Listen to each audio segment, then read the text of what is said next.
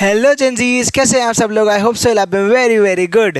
Welcome back to the ultimate power revision series brought to you by एसएप classes, जहां हम आपको every day एक करके सारे चैप्टर्स का रिवीजन करा रहे हैं for your upcoming C intermediate examinations. आप लोग तैयार हैं कि नहीं। हमने लेवरेजेस कंप्लीट कर लिया, हमने कॉस्ट ऑफ कैपिटल कंप्लीट कर लिया। आज अपने स्टार्ट कर रहे हैं रेशियो एनालिसिस। क्या तरीका रहेगा, क्या स्ट्रैटेजी रहेगी रिवीजन के समय हमारी। आप रिवीजन वीडियोस देखो, खुद से फिर एक बार पढ़ो, सम्स बनाओ and you are done. Question solve करना है, हैंड से सेल्फ प्रैक्टिस करना इज एट मोस्ट इंपॉर्टेंट, वरना एग्जाम्स में प्रैक्टिकल सब्जेक्ट में आपको बहुत डिफिकल्टी आ सकती है। तो आप लोग समझ गए हो, हाँ कि ना। हाँ सर। तो वीडियो को शुरू करें। Are you all ready. Ratio analysis का अपने आज रिवीजन करने वाले हैं। पूरा फोकस चाहिए। एग्जाम में एक sure short question for 5 marks आपका आएगा फ्रॉम रेशियोज। और इसके साथ बहुत सारे स्टूडेंट्स बोलते हैं सर रेशियोज, इतने सारे रेशियोज है सर, कैसे याद रहेगा हमें। मैं बताऊं आपको, रेशियो वाला चैप्टर ना सबसे इजी चैप्टर है आपका, जिसमें एक ही फॉर्मेट, एक ही तरीके से ऐसे क्वेश्चंस पूछता है। मेन रेशियोज़ को बार बार पूछ रहा है। मैं आपको सारे रेशियोज़ मार्क कराते हुए चलूँगा।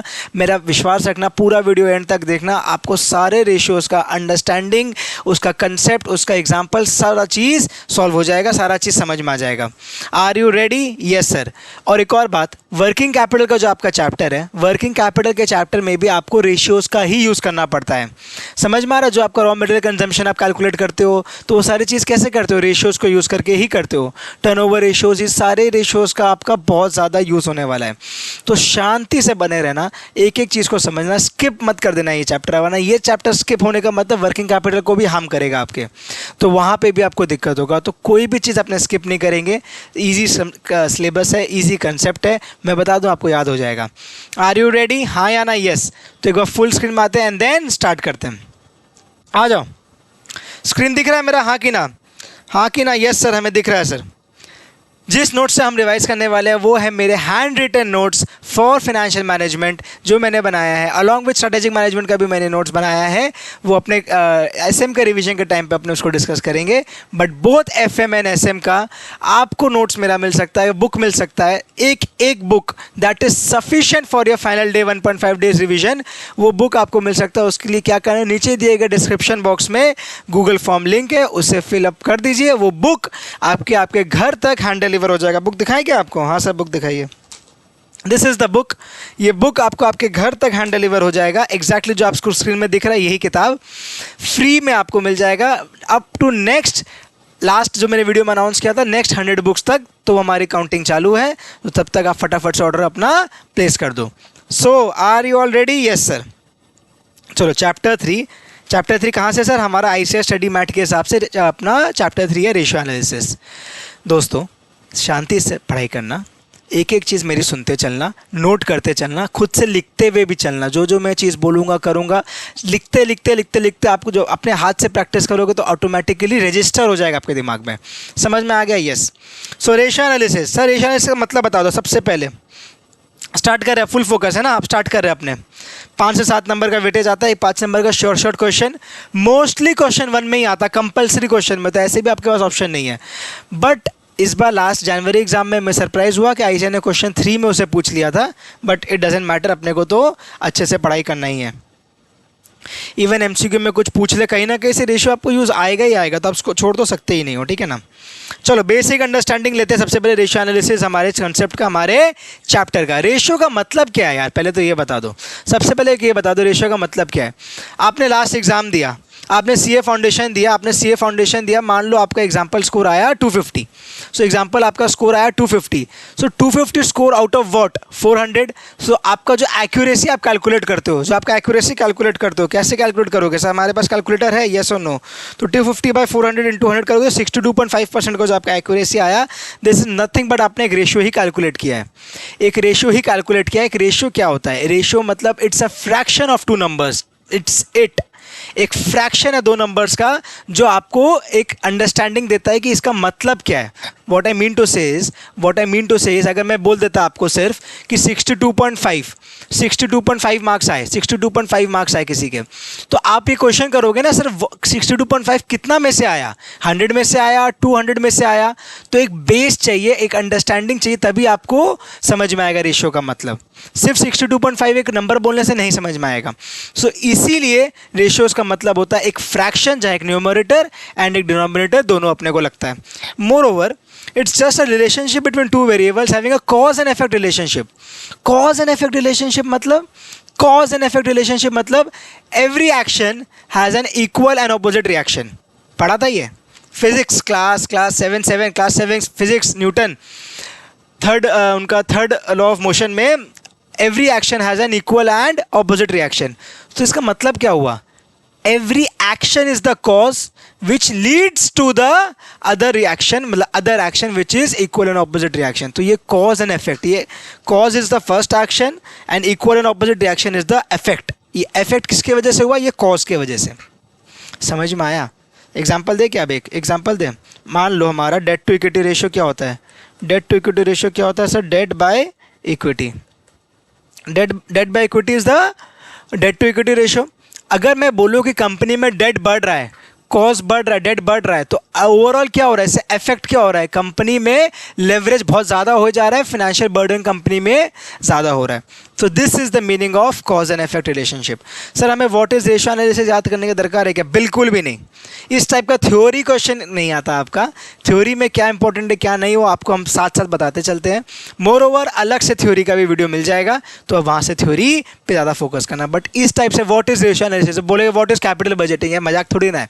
इस टाइप से क्वेश्चन नहीं आते अपने, ठीक है ना। जहाँ प्रैक्टिकल इंपॉर्टेंस है, जहाँ प्रैक्टिकल की ज़रूरत है, वहाँ प्रैक्टिकल पे फोकस करते हुए बढ़ेंगे अपने। It is expressed in times और परसेंटेज। अब अगर मान लो 70 में बोलूँ और अगर 70% बोलूँ तो समझ में आ जाएगा ना। मतलब किसी का स्कोर आया 70 और किसी का स्कोर आया 70%, तो डिफरेंस समझ में आ रहा है। परसेंटेज वर्ड का मतलब इंपॉर्टेंस समझ में आ रहा है। So that is why ratio is always expressed in either times और परसेंटेज, वरना मीनिंग ही नहीं समझ में आएगा एक नंबर का।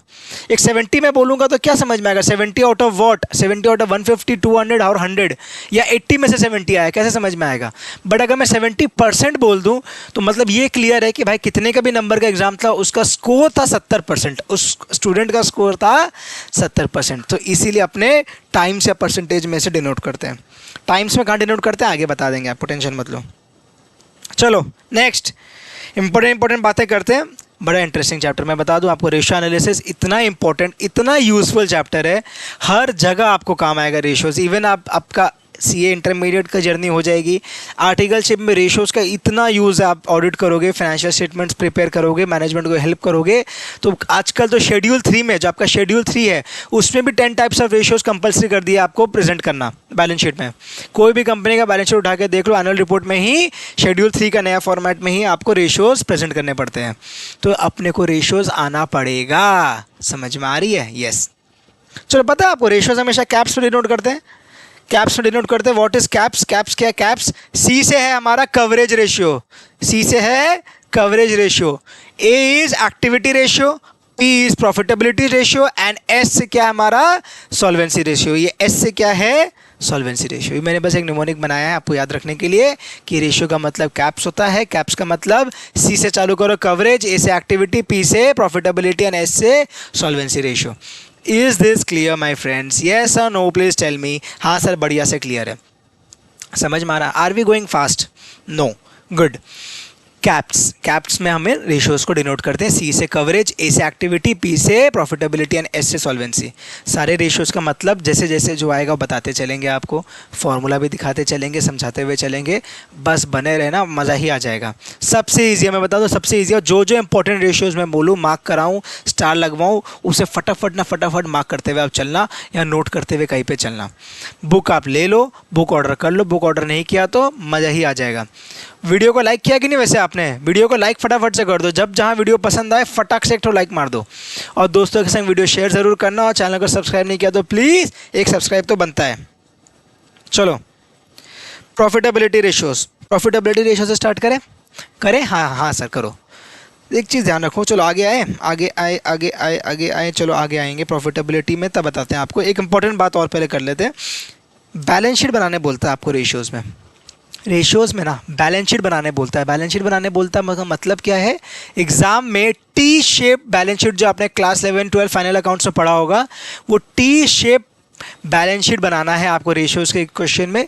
10 में से 9 बार बोलता है prepare the balance sheet for the year ended 31 मार्च, जो भी है 10 में से 9 बार यही क्वेश्चन पूछता है। मतलब क्या करना होगा, इस तरीके से आपको एक टी शेप बैलेंस शीट बनाना है, जहाँ पे यहाँ पे आपके लाइबिलिटीज़ आ गए, इधर आपके एसेट्स आ गए, एंड इट्स डन। समझ में आया? बहुत बार क्वेश्चन क्या करेगा, आपको इनकम्प्लीट बैलेंस शीट बना के देगा।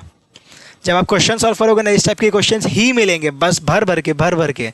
इवन जो आपके Jan 25 लास्ट एग्जाम्स में क्वेश्चन आए हैं, उसमें भी इस तरीके से आया। मैं करवा दूंगा वो क्वेश्चन, आपको टेंशन मत लो, बड़ा ही ईजी क्वेश्चन था। एक जगह डाउट हुआ बच्चों को, वो भी क्लियर करवा देंगे वहाँ पे।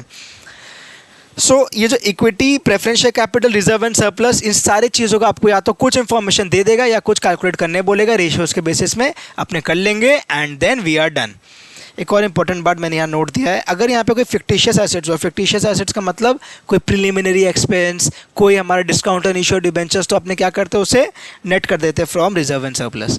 कभी कभी पूछ लेता है, ऐसा नहीं है कि बहुत इंपॉर्टेंट है, कभी पूछ लिया तो आपको ये चीज़ इंपॉर्टेंट, ये चीज़ पता रहना चाहिए, वरना आपका रेशियो का बैलेंस शीट मैच नहीं करेगा या गलत प्रेजेंटेशन हो जाएगा, स्कोप नहीं देंगे अपने नंबर काटने का। ठीक है ना, कोई स्कोप नहीं छोड़ना नंबर काटने का, जो अपना नंबर का हक है पूरा लेके आएंगे, पक्का, प्रॉमिस, यस। अब स्टार्ट करते हैं profitability ratios. What is a profitability ratio, come on, who will tell me. Profitability ratio का मतलब क्या है? सर इतना रेशियोज अपने पढ़ रहे हैं, रट्टा थोड़ा ना मारेंगे अभी बैठ के, ये इतना सारे रेशियोज रट्टा नहीं मारेंगे, समझ के चलते मजा आएगा। प्रॉफिटेबिलिटी रेशियो का मतलब क्या हुआ? प्रॉफिटेबिलिटी रेशियो का मतलब हुआ कि एक कंपनी कितना एफिशिएंटली काम कर रही है, कितना एफिशिएंटली प्रॉफिट्स जनरेट कर पा रही है। What do I mean by this? देखो, प्रॉफिट जनरेट कंपनी कर सकती है, बेस करना होगा अपने को, या तो वो सेल पे कर रही है, क्या वो अपने इन्वेस्टमेंट्स पे कर रही है, तो कितना एफिशिएंटली कंपनी परफॉर्म कर रही है, अपना परफॉर्मेंस दिए जा रही है, वो मेजर करता है प्रॉफिटेबिलिटी रेशियो। सिंपल, एकदम सिंपल टर्म्स में अंडरस्टैंडिंग रखते हैं। एग्जाम में कोई अपने को व्हाट इज प्रॉफिटेबिलिटी रेशियो नहीं आने वाला, या उस तरीके से नहीं लिख के आना है, तो अंडरस्टैंडिंग इंपॉर्टेंट है। समझ में आ रहा है आपको? यस। तो आपको मतलब समझ में आया कि what is a profitability ratio, मतलब it measures the efficiency of the company in its performance. So profitability ratio ना, जैसा कि मैंने आपसे कहा, दो तरीके से अपने करते हैं, या तो इनकम स्टेटमेंट के बेस पे या तो बैलेंस शीट के बेस में। है कैसे? इनकम स्टेटमेंट के बेस में मतलब कि सेल्स के बेस में, रेवेन्यू के बेस में, और बैलेंस शीट के बेस में मतलब मेरे एसेट्स के बेस में या मेरे इन्वेस्टमेंट्स के बेस में। अपने अपने कैलकुलेट कर सकते हैं ना कि कंपनी ने परफॉर्मेंस कैसे दी, बेस्ड ऑन इट्स एसेट्स या based on its sales, yes और no? Yes. So that is what is calculated on two, one is income statement and second is its balance sheet. Clear? एकदम समझ के चलो, एकदम समझ के धीरे धीरे चलो। जो पोर्शन नहीं समझ में आया, एक बार वीडियो को थोड़ा बैक कर लेना, 2 बार 3 बार सुन लेना, कोई हर्जा नहीं है, 10 सेकंड बैक कर लेना, कोई दिक्कत नहीं होगा। ठीक है ना? ग्रॉस प्रॉफिट रेशियो से स्टार्ट करें। जोन सा प्रॉफिट बोलेगा इनकम स्टेटमेंट के बेसिस में, अगर प्रॉफिटेबिलिटी रेशियो आया, जोन सा प्रॉफिट बोलेगा वो न्यूमरेटर, जो एक्सपेंस पूछा है डिवाइड बाय सेल्स, जो आपका प्रॉफिट या एक्सपेंस जो पूछा है उसको डिवाइड कर देना सेल्स से। मतलब अगर मान लो ग्रॉस प्रॉफिट पूछ लिया, ग्रॉस प्रॉफिट पूछे, बस एक टिप्स एंड ट्रिक्स आपको दे रहे हैं याद रखने के लिए। अगर ग्रॉस प्रॉफिट पूछ लिया रेशियो, तो ऊपर में ग्रॉस प्रॉफिट हो जाएगा, नीचे में सेल्स। प्रॉफिटेबिलिटी रेशियो का डिनोमिनेटर इज ऑलवेज सेल्स। यहाँ पे इसलिए मैंने क्लियर लिख ही दिया, डिवाइड करना है सेल्स से, बात खत्म। प्रॉफिटेबिलिटी रेशियो का डिनोमिनेटर इज ऑलवेज सेल्स, और बाकी जिस चीज़ का प्रॉफिटेबिलिटी रेशियो पूछ लिया वो न्यूमरेटर में पुट कर देना। याद रहेगा हाँ या ना? याद रहेगा हाँ या ना? Yes sir, we will remember this. First of all क्या बोला मैंने वापस? मैंने आपको क्या बोला कि अगर प्रॉफिटेबिलिटी रेशियो पूछ लिया और अगर आपको एक्सपेंस या इनकम का प्रॉफिटेबिलिटी रेशियो पूछता है, तो जो एक्सपेंस या जो इनकम बोला उसको आप पुट कर देना न्यूमरेटर में, और डिनोमिनेटर में होगा sales, and you will get your profitability ratio. I clear? Yes और no? Yes, come on. So gross profit ratio पूछ लिया तो gross profit divided by sales. Gross profit क्या होता है? कम ऑन, एकदम याद करो। मैं आपको तरीका बताऊं याद रखने का। ऐसा कोई चीज़ नहीं है जो आपने किया हुआ नहीं है, even not in CA, but आपने आपके स्कूल लेवल पे क्लास 11 एंड 12 अकाउंट्स में सब पढ़ रखा है। किसने ग्रॉस प्रॉफिट का वर्ड पहले 11-12 में पढ़ा था? 11-12 में पहले? हाँ बताओ। हाँ भर दो सर, हमने 11-12 में ही पढ़ रखा है gross profit. Yes exactly, you have done this, it's nothing new. पहले बात आप मन से निकाल दो सर, सीए है, कुछ नया चीज़ अपने पढ़ रहे हैं क्या? कुछ नया नहीं। अकाउंट्स में नया क्या होगा? अकाउंट्स मैथ्स इसमें नया क्या होगा? कोई इनकम टैक्स थोड़ी ना है कि नया बिल आ गया, कोई लॉ थोड़ी ना है कि नया कंपनीज एक्ट आ गया कि कुछ गवर्नमेंट ने चेंज कर दिया। अकाउंट्स में तो कुछ चेंज नहीं हो सकता ना। गोल्डन रूल अपने को पता है, गोल्डन रूल अपने को पता है, तो उसी के बेस में हमेशा अकाउंट्स आपका बैठता है। तो एग्जैक्टली वही है, रेशियोज में कुछ चेंज नहीं होता है यार। ग्रॉस प्रॉफिट का कंसेप्ट में कोई चेंज नहीं हो सकता कभी। तो ग्रॉस प्रॉफिट जो आपने पढ़ा है, मैं आपको याद रखा रहा हूँ कैसे याद रखना है। एक बार ट्रेडिंग अकाउंट आपने बनाया होगा क्लास 11 में, क्लास 12 में फाइनल अकाउंट्स में ट्रेडिंग अकाउंट बनाया था, याद आ रहा है? ट्रेडिंग अकाउंट उस तरीके से एक बार सोचोगे ना, याद आ जाएगा हमेशा ग्रॉस प्रॉफिट। ट्रेडिंग अकाउंट अपने क्या करते थे? स्टार्ट करते थे ओपनिंग स्टॉक से। कम ऑन यार, एक बार याद यहाँ पे देखो प्लीज, एक बार यहाँ देखो ना। ट्रेडिंग अकाउंट बनाए क्या? ट्रेडिंग अकाउंट बनाए? हाँ सर बना दो ट्रेडिंग अकाउंट, सिर्फ आपको याद दिलाने के लिए है ना। एग्जाम में बैठ के ट्रेडिंग अकाउंट में बना देना। 2 ओपनिंग स्टॉक करते थे, 2 ओपनिंग स्टॉक, 2 परचेज। एक बार simple 2 opening stock 2 purchase, by closing stock, by closing stock, by sales. मान लो और कुछ नहीं है, मान लो और कुछ नहीं है, तो जो भी चीज़ का हिसाब बैठेगा, मान लो मेरा ग्रॉस प्रॉफिट आता है यानी क्लोजिंग स्टॉक और सेल्स ज़्यादा है, तो मैं यहाँ पे क्या करता हूँ? 2 gross profit, balancing figure. Yes no, ये करते हैं अपने ट्रेडिंग अकाउंट बनाते थे ऐसे ही।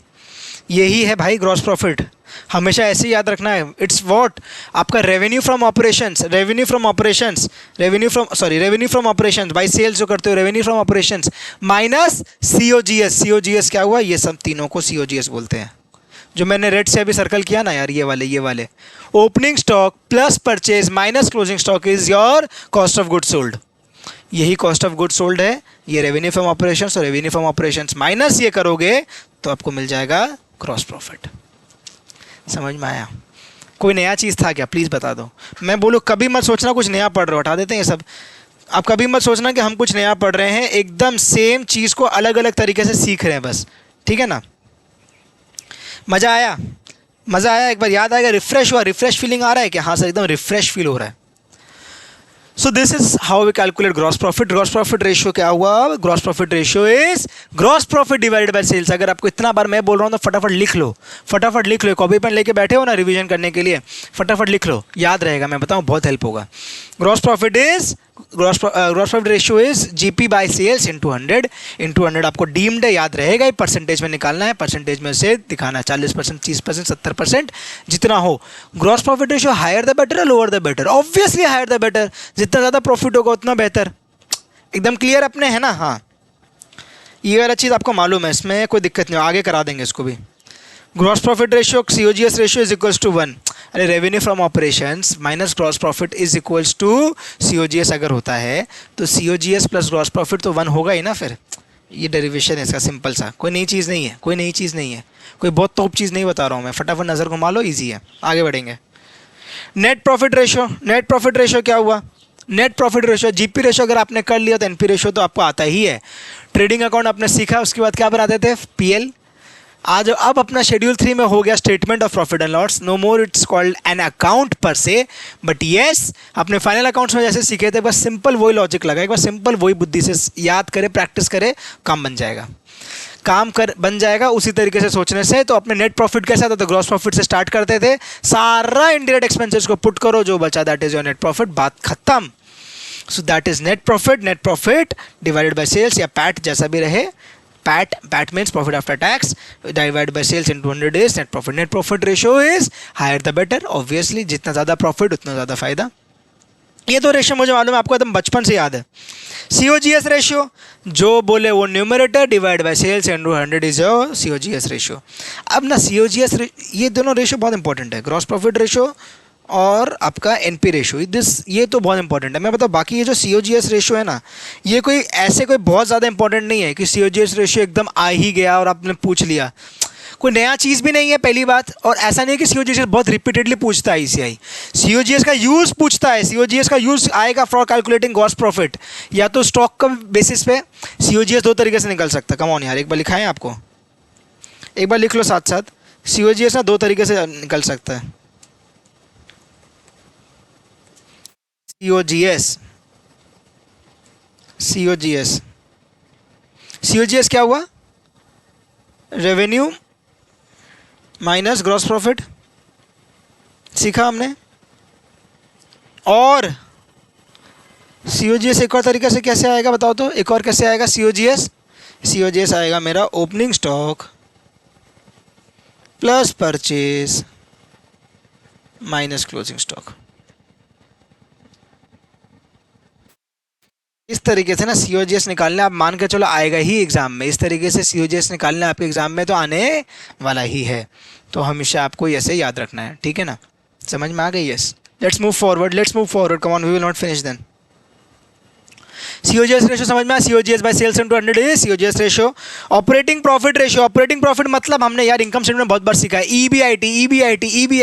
EBIT is operating profit, so operating profit ratio is operating profit divided by sales. Sir हम ऑपरेटिंग प्रॉफिट और ईबीआईटी में भूल गए, अरे यार एक ही होता है प्लीज़, एक ही होता है, ऑपरेटिंग प्रॉफिट स्लैश ईबीआईटी, ये डिवाइड नहीं है भाई, ये स्लैश है, स्लैश मतलब और, ये और है, ये और है। ऑपरेटिंग प्रॉफिट और EBIT divide by sales into 100 is operating profit ratio. Easy peasy, अभी तक अपने स्लो चल रहे हैं समझाते समझाते, इसमें कुछ नई बात नहीं है, हायर द बेटर अपने को मालूम है। पीवी रेशियो हमने पढ़ा लेवरेजेस में, पीवी रेशियो क्या है?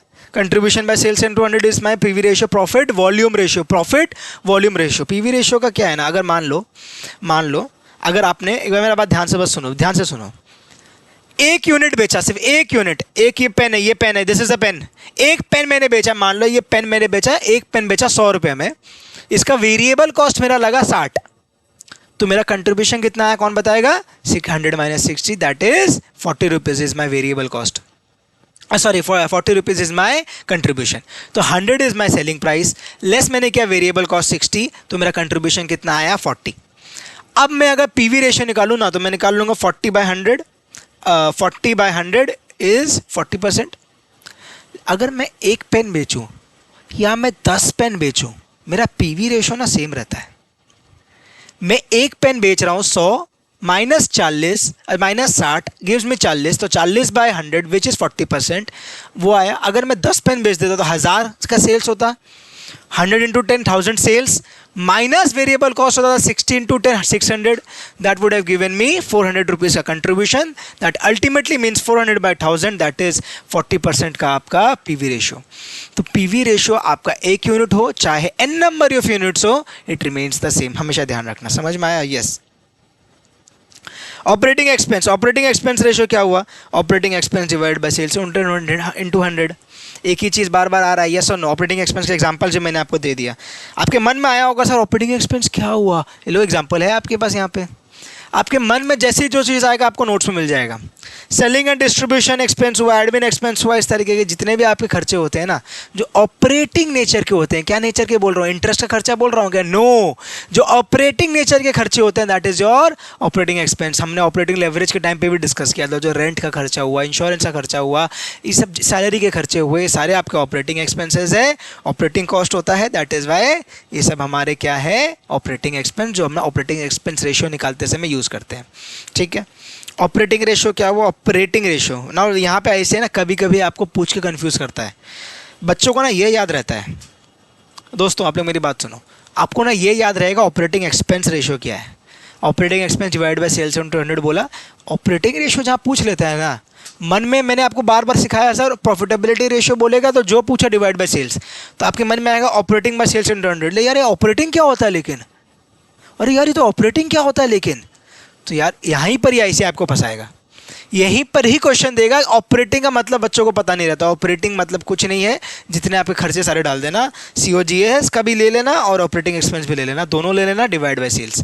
ऑपरेटिंग का सारा खर्चा ऑपरेटिंग रेशियो मतलब सारे खर्चे आपके, COGS भी मतलब जितने डायरेक्ट नेचर के हैं उतने भी इनडायरेक्ट नेचर सारे खर्चे ले लो, divide by sales into 100 is your operating ratio. समझ में आया operating ratio? Come on repeat with me, operating ratio means what? COGS plus operating expenses divide by sales into 100 gives me my operating ratio. एक और बार बोलो, operating ratio मतलब COGS plus operating expense divide by sales into 100 gives me what? My operating ratio. याद रहेगा? इतना बढ़िया से मैंने ट्राई किया आपको बनाने का, सारा चीज़ अलाइन रखा है, पूरा फॉर्मेट अलाइन रखा है कि आपको जितने जगह जहाँ बॉक्सेस है वो भी मैच करे, आपको देखने में विजुअली भी आपको हेल्प हो, विजुअली भी आप बेटर इसे अंडरस्टैंड कर पाए या आपको मेमोराइज हो पाए। चलो, इनकम स्टेटमेंट हुआ, इनकम स्टेटमेंट हुआ। अब अपने बैलेंस शीट का भी थोड़ा देख लेते हैं, बैलेंस शीट और तरीके से भी देख लेते हैं। मिक्स मैच रहेगा, कैसे रहेगा वो भी समझा देंगे आपको। जिसका जो पैसा है डिवाइड बाय वो क्या लगा रहा है, क्या बोला मैंने? जिसका जो पैसा है डिवाइड बाय वो क्या लगा रहा है, मतलब एक बार रिटर्न ऑन इन्वेस्टमेंट देखते हैं, एक बार रिटर्न ऑन इन्वेस्टमेंट देखते हैं। Return on investment, return on investment अगर मैं बोलूँ यार मैंने इन्वेस्ट कर दिया, मान लो अडानी के शेयर्स में, अडानी के शेयर्स में मैंने इन्वेस्ट किया 100 रुपये, अडानी का मैंने शेयर लिया 100 रुपये का, एक कंपनी का शेयर लिया, एक शेयर 100 रुपये का। अब उससे मुझे जो रिटर्न बना वो 100 का शेयर हो गया 140, 40 रुपये मेरा रिटर्न बना। On what? मैंने क्या लगाया? 100 मैंने लगाया, divide by 40, numerator is 40 divide by 100 जो मैंने लगाया, दैट इज़ माय 40% का रिटर्न ऑन इन्वेस्टमेंट। मैंने क्या लगाया प्लस मुझे मिल क्या रहा है, मैंने क्या लगाया प्लस मुझे मिल क्या रहा है, that gives me return on investment. What is my return on my investment? Similarly return on assets क्या हुआ? मैंने क्या लगाया, एक कंपनी के पर्सपेक्टिव से बात करो, एक कंपनी के पर्सपेक्टिव से रिटर्न ऑन एसेट्स क्या? वो कंपनी के जितने एसेट्स है उस पर उसने क्या कमाया, क्या कमाया मतलब क्या? नेट प्रॉफिट कमाया। अपने क्या देखेंगे? नेट प्रॉफिट देखेंगे यहाँ पे, नेट प्रॉफिट देखेंगे यहाँ पे।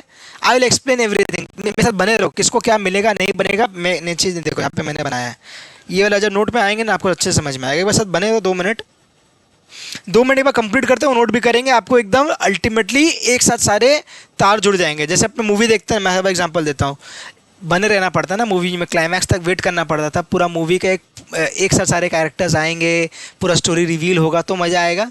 तो वैसे ही मूवी के जैसे देखता रहो, पॉपकॉर्न की जगह हाथ में पेन और एक पेपर लेके बैठना, बस। समझ में आ गया? Yes. Return on assets, return on assets क्या हुआ? Net profit divide by total assets into 100, that gives me return on assets.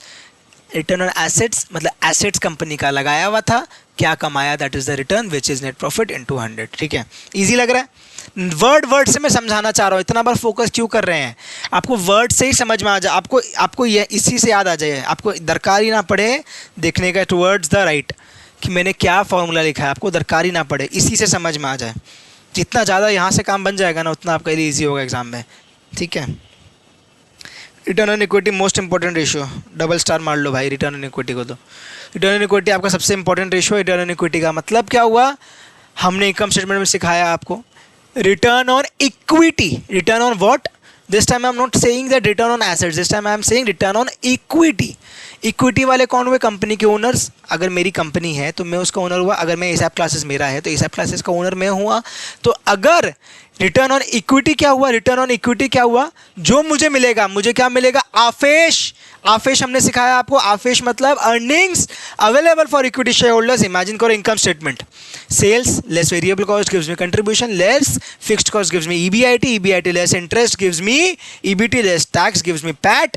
PAT सब जाता है भाई प्रेफरेंस का भी पैसा, उसके बाद जो बचता था that is what we call it आफेश। उससे हम number of equity shares divide करते थे, अपने को मिलता था ईपीएस। तो मेरा आफेश हुआ इक्विटी का पैसा। मैं ऊपर में क्या लिखा आपके लिए? जिसका जो पैसा है, इक्विटी का पैसा क्या है? आफेश। वो लगा क्या रहा है? इक्विटी वाला लगा क्या रहा है? इक्विटी वाला इक्विटी लगा रहा है। इक्विटी मतलब equity share capital plus reserve and surplus. Reserve and surplus किसका हुआ? इक्विटी का हुआ ना भाई, रिजर्व रिटेन्ड अर्निंग्स। याद आया? हाँ।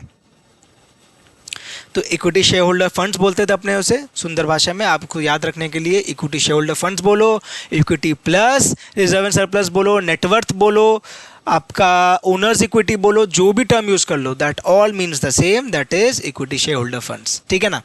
आफेश उसको मिलेगा, इसलिए आफेश ऊपर, नीचे वो क्या लगा रहा है into 100 is my ROE. ROE is super important, come on my friends, ROE is ना सुपर इंपॉर्टेंट। कोई फाइनेंशियल मैनेजमेंट का पेपर नहीं बन सकता जिसमें आरओई ना पूछा गया हो। किस तरीके से सर व्हाट इज़ आरओई पूछ लेगा, नहीं है भाई, व्हाट इज़ आरओई कभी नहीं पूछता। आरओई का कभी यहाँ पे रेशियो के चैप्टर में एप्लीकेशन पूछ लिया, आपका डिविडेंड डिसीजन में पूछ लेगा आरओई पे कंसेप्ट। आरओई सबसे सबसे इंपॉर्टेंट है भैया, स्टार लगाते चलना है इस पर। आरओई सबसे इंपॉर्टेंट कंसेप्ट है, आपको कभी ना कभी फिनेंशियल मैनेजमेंट का पेपर में पूछता ही है, चाहे कोई भी पेपर आप उठा के देख लेना, ठीक है ना। आरओसी क्या हुआ स्कूल में, तो यार हमको याद है स्कूल में जब हमने पढ़ा था ये सारे, तो हमें एक रेशियो का फॉर्मूला का शीट मिल गया था, रेशियो का शीट मिल गया था, दे दिया गया था सबको पूरे क्लास में, बोला था इसको रट लेना, एग्जाम में काम बन जाएगा। उसमें रट लिया, किसी को मतलब पता नहीं चल रहा था कि क्या हो रहा है, कब रिटर्न ऑन इक्विटी में क्यों क्या कर रहे हैं, कब यहाँ पे हम आफेश ले रहे हैं, कब यहाँ पे हम ये ले रहे हैं, किसी को लॉजिक नहीं पता, बस सब याद करके पहुँच गए। अब हम क्या होगा, अब हम पढ़ रहे हैं सीए इंटर। सीए इंटर के टाइम पे आपको पता रहना चाहिए, अंडरस्टैंडिंग होनी चाहिए यार, अपने क्यों कर रहे हैं। कम ऑन यार, फैक्ट्री थोड़ी ना बनाना है, 3 इडियट्स देखा है ना, याद नहीं करना अपने को, रैंचो बनना चतुर नहीं, तो अपने को याद नहीं करना, समझना है प्लीज़। तो return on capital employed, return on capital employed, capital employed का मतलब कॉस्ट ऑफ कैपिटल, मैंने आपसे बहुत बड़ी डिटेल में आपसे बात किया। कैपिटल का मतलब क्या क्या होता था, कॉस्ट ऑफ कैपिटल हमने क्या क्या सीखा, equity, reserve and surplus which is retained earnings, preference and my debentures और लॉन्ग टर्म डेट, जैसे भी आप बोल लो। ये 4 सोर्स है, ये 4 फॉर्म्स ऑफ कैपिटल होता कंपनी के लिए। ये चारों कैपिटल को क्या चीज़ से ये चारों को पैसा मिलेगा। मैं क्या बोल रहा हूँ, एक बार इनकम स्टेटमेंट के पर्सपेक्टिव से चलना। यहाँ पे आपके लिए इनकम स्टेटमेंट बना है वापस। मैं बोल रहा हूँ sales less variable cost gives me what, sales less variable cost gives me contribution. मैंने लेस किया क्या, फिक्स्ड कॉस्ट। क्या मिला मुझे, लेस फिक्स्ड कॉस्ट करने के बाद क्या मिलेगा मुझे, ईबीआईटी। यहीं रुक जाए एक बार रुको, एक स्टेप और लिख लेते हैं। लेस इंटरेस्ट करोगे तो क्या मिलेगा, ईबीटी। ठीक है, एक बार यहाँ देखो, बस एक बार यहाँ देखना प्लस मेरे साथ। सेल्स ख़त्म, इतना इंपॉर्टेंट है आपका इनकम स्टेटमेंट का, वो समझ में आया सबसे पहले। हाँ, वेरिएबल कॉस्ट गया, कोई दिक्कत नहीं, कंट्रीब्यूशन बचा, उससे आपने फिक्स कॉस्ट मिस किया, आपका ईबीआईटी आया। अब ये ईबीआईटी इज़ द अर्निंग्स, आपने खर्चा सारा चुकता कर दिया। खर्चा चुकता करने का मतलब, मान लो आप, मैं ये पेन बना रहा हूँ, ये मैंने पेन का बिजनेस है मेरा ये पेन का बिजनेस है। कैसा लग रहा है, सुंदर सा पेन, यहाँ पे देखे, यहाँ पे देखो, हाँ सुंदर सा पेन है ये हमारा। अब अगर मैं ये पेन बना रहा हूँ, ये पेन बनाने के लिए मान लो, ये कैप है, ये कैप है इस पेन का, मान लो ये कैप है। अब ये कैप जो है इधर पे, अब ये जो कैप है इस पेन का इधर पे, ये कैप के लिए मैंने माल लिया होगा कहीं से, क्रेडिटर मेरे हुए होंगे, कुछ खर्चा लगा होगा, तो वो सारे खर्चे वगैरह ना मेरे यहाँ पे ऊपर चुकते हो जाएंगे। वेरिएबल कॉस्ट, फिक्स कॉस्ट में सारे खर्चे चुकते हो जाएंगे। रेंट, सैलरी मैंने दे दिया, पेन की फैक्ट्री बैठाई मैंने, सारे वर्कर को मैंने वहाँ पे सैलरी दे दी, तो मेरा फिक्स कॉस्ट भी चुकता हो गया। अब मेरे पास क्या बचा, earnings. The word itself is the earnings मतलब खर्चा बाद हो गया, अर्निंग कमाई क्या है, अर्निंग्स आ गया। अब ये अर्निंग्स जो आया ना, अर्निंग्स का मालिक कौन है, 4 मालिक है। अर्निंग्स के 4 मालिक है, कौन 4 है, इक्विटी, रिटेन अर्निंग्स को गिन ले तो रिटेन दूसरा, तीसरा प्रेफरेंस, चौथा मेरे डिवेंचर वाले। 4 मालिक है, बिकॉज उन्होंने कैपिटल लगाया, तो 4 वो बोलेंगे भाई ईबीआईटी में मेरा भी हक है ना। समझ रहे लॉजिक, ये ईबीआईटी में हक किस किस का है, 4 जन का हक है। अगर मैं रिटेन को भूल जाऊं तो 3 जन का हक बनता है पूरा, इक्विटी वाला, मेरा प्रेफरेंस वाला और मेरा डिवेंचर वाला, तीनों बोलेगा भाई ये अर्निंग्स में तो मेरा भी हक है। इसीलिए जिसका जो प्रॉफिट है डिवाइड बाय वो क्या लगा रहा है, तीनों का एक साथ बात कर रहे हैं, तो तीनों एक साथ का क्या प्रॉफिट है, ईबीआईटी, वो लगा क्या रहे हैं, वो लगा रहे हैं भाई अपना capital. That is why it's EBIT divide by total capital employed. रट्टा नहीं मारना है, एकदम गलती हो जाएगा रट्टा मारोगे तो मैं गारंटी दे सकता हूँ एग्जाम में कंफ्यूज हो जाओगे एकदम। ये समझ के चलना, कभी मिस्टेक नहीं होगा। इक्विटी वाले के लिए आफेश इसलिए कर रहे थे बिकॉज इक्विटी वाला आफेश, उसको उसका हक है आफेश का, तो आफेश का हक प्लस वो लगा क्या रहा है, टोटल कैपिटल एम्प्लॉयड में ना ईबीआईटी का हक है। अगर आपने इंटरेस्ट बात दे दिया तो गलत हो जाएगा ना। नीचे डिनोमिनेटर में आप डिवेंचर ले रहे हो, लेकिन ऊपर में आप इंटरेस्ट बात करके ले रहे हो। ऊपर में अगर आपने ईबीटी ले लिया तो आपने इंटरेस्ट ऑलरेडी सब्ट्रैक्ट कर लिया, नीचे लेकिन आप टोटल कैपिटल एम्प्लॉयड ले रहे हो, तो दैट इज रॉन्ग। सो इसीलिए EBIT divided by total capital employed. समझ में आया? पक्का मुझे उम्मीद है समझ में आया होगा। हाँ या ना, हाँ या ना प्लीज़, यस, गुड, क्लियर है यहाँ तक? क्लियर है? आगे बढ़े। इन्वेस्टर या मार्केट पॉइंट ऑफ व्यू से भी प्रॉफिटेबिलिटी रेशियो आता है, मालूम है आपको? प्रॉफिटेबिलिटी रेशियो हमारे इन्वेस्टर पॉइंट ऑफ व्यू से भी आता है। अब आगे हमारा शेयर मार्केट। अब आएगा लोगों को मज़ा, अब आएगा स्टूडेंट्स को मज़ा, इंटरेस्टिंग लगेगा। सर अब आ कर रहे हो ना प्रैक्टिकल बात, प्रैक्टिकल बात अपने बाद में करेंगे, एक बार थोड़ा सा समझते हुए चलते हैं। हमारा इन्वेस्टर कौन हुआ?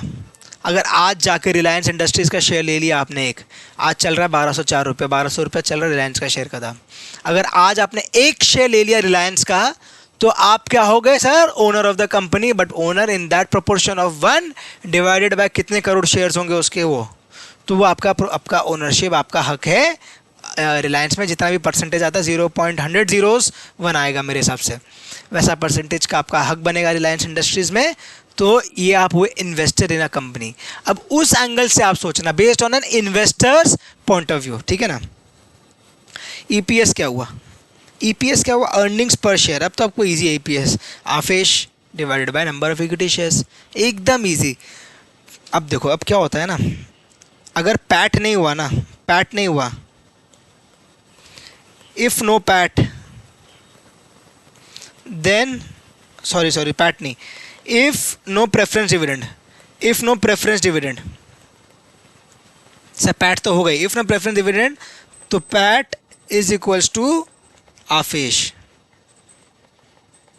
क्या बोल रहा हूँ ना मैं, इधर देखो। हाँ, अगर मेरा कोई पैट नहीं हुआ, अगर मेरा कोई प्रेफरेंस डिविडेंड नहीं हुआ, बार बार पैट गलती से बोल, सॉरी, अगर कोई प्रेफरेंस डिविडेंड नहीं हुआ, कम ऑन सीरियस, अगर कोई प्रेफरेंस डिविडेंड नहीं हुआ तो मेरा पैट इज इक्वल्स टू आफेश। Easy easy PG income statement. But अगर क्वेश्चन में रहा तो कोई दिक्कत नहीं, अपने आफेश ले लेंगे, divide by number of equity shares. Always ना it's PAT, it's after tax, हमेशा ये भी चीज़ याद रखना। डिविडेंड, डिविडेंड पर शेयर क्या हुआ भाई? इक्विटी डिविडेंड जितना दे रहा है, नंबर ऑफ इक्विटी शेयर्स। यहाँ पे ना ऐसे ही कहाँ फंसाता है, प्रेफरेंस का बात दे देगा, preference number of share holders दे देगा, प्रेफरेंस डिविडेंड दे देगा, ये सारा चीज़ दे के फंसाना चाहेगा कि भाई आप गलती से गलती कर दो और ले लो ऊपर में या तो प्रेफरेंस डिविडेंड या तो नीचे में ले लो हमारा प्रेफरेंस शेयर्स। ऐसा नहीं है, dividend per share, DPS, DPS, dividend per share is always equity dividend divided by number of equity shares. No no no no preference at all, कोई प्रेफरेंस नहीं है इसमें, no preference at all in DPS. समझ में आ गया? याद रहेगा? यस। नेक्स्ट बड़े डिविडेंड पे आउट रेशो, ये सब आपको मालूम है, ये सब आपको मालूम है। इवन आपने जो चैप्टर आपका आएगा डिविडेंड डिसीजन चैप्टर हुआ, आगे के सारे चैप्टर्स में अपने बहुत डिटेल में ये पे आउट रेशो वगैरह सीखेंगे।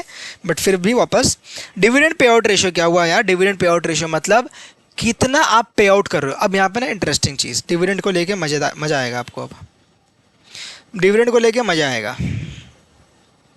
हमारा कंसेप्ट है डिविडेंड।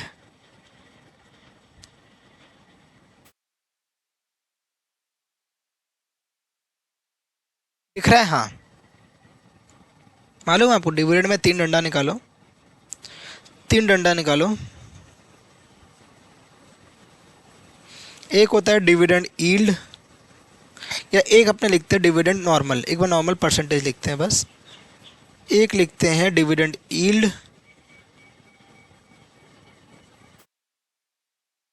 एक होता है डिविडेंड पे आउट। क्या अंतर हुआ तीनों में? Dividend as a percentage, dividend yield, dividend payout, तीनों में डिफरेंस क्या है? तीनों में डिफरेंस क्या? सर तीनों तो एक ही होता था। क्या बात कर रहे हो यार, तीनों एक होता था। बहुत लोगों को इसका मतलब नहीं पता होगा, तो दोस्तों मेरे साथ बने रहो। डिविडेंड में डिविडेंड एज अ परसेंटेज देता है बहुत बार, डिविडेंड यील्ड देता है, डिविडेंड पे आउट देता है। तीनों का ना अलग अलग मतलब है। मैक्सिमम लोगों को ना डिविडेंड का ये 3 का अलग मतलब नहीं मालूम है।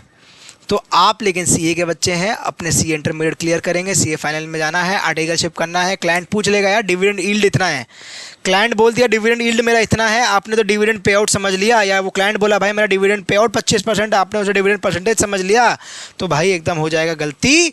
आपको ऐसा काम नहीं करना है, आप हो स्मार्ट। एग्जैक्टली ऐसा कोई भी दिक्कत हो तो क्या है, कॉन्टैक्ट एसएप। चलो, डिविडेंड एज अ परसेंटेज का मतलब क्या हुआ? डिविडेंड एज अ परसेंटेज का मतलब क्या हुआ? रेट से लिखे,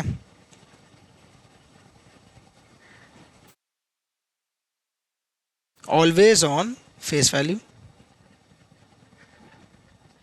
अगर मैं बोलता हूँ ना कंपनी का 10 रुपये फेस वैल्यू रहता है स्टार्टिंग में जब शेयर्स इशू होते हैं इंडिया में 10 रुपये फेस वैल्यू पे शेयर्स इशू होते हैं, देन कंपनी ग्रेजुअली चाहे तो स्टॉक स्प्लिट कर करके अपना फेस वैल्यू को घटा के 1 रुपये तक ला सकती है। फ्रॉम 10 to 1 इसी पे रहता है, बट स्टार्ट होता है फ्रॉम ₹10। ये ईजी मालूम है आपको। अगर मैं कंपनी का परसेंटेज बोला, आपको कोई बोले 20%, सपोज 20% डिविडेंड, 20% डिविडेंड बोले and face value is ₹10 and face value is ₹10, तो आपका डिविडेंड कितना आया? तो मेरा डिविडेंड पर शेयर हुआ 10 into 20% इज ₹2 पर share. Oh yes, it's always on face value when dividend is denoted in a percentage। 20% dividend, 30% dividend, आगे नहीं लिख रहा यार वो यील्ड है कि पे आउट है, बस इतना ही बोल रहा है यार कंपनी ने 30% डिविडेंड दिया, तो भाई समझ लेना फेस वैल्यू पे करना है। समझ में आ रहा है? यस और नो? यस। अब अगर आ जाओ सेकंड है dividend yield, always on what? Always on yield. हमने वहाँ पे अर्निंग्स यील्ड में भी सीखा था always on price. Earnings yield में क्या सीखा था? Earnings divide by price. तो यहाँ पे हमने डिविडेंड यील्ड में क्या सीखा? Dividend divided bye price. Example ले, सपोज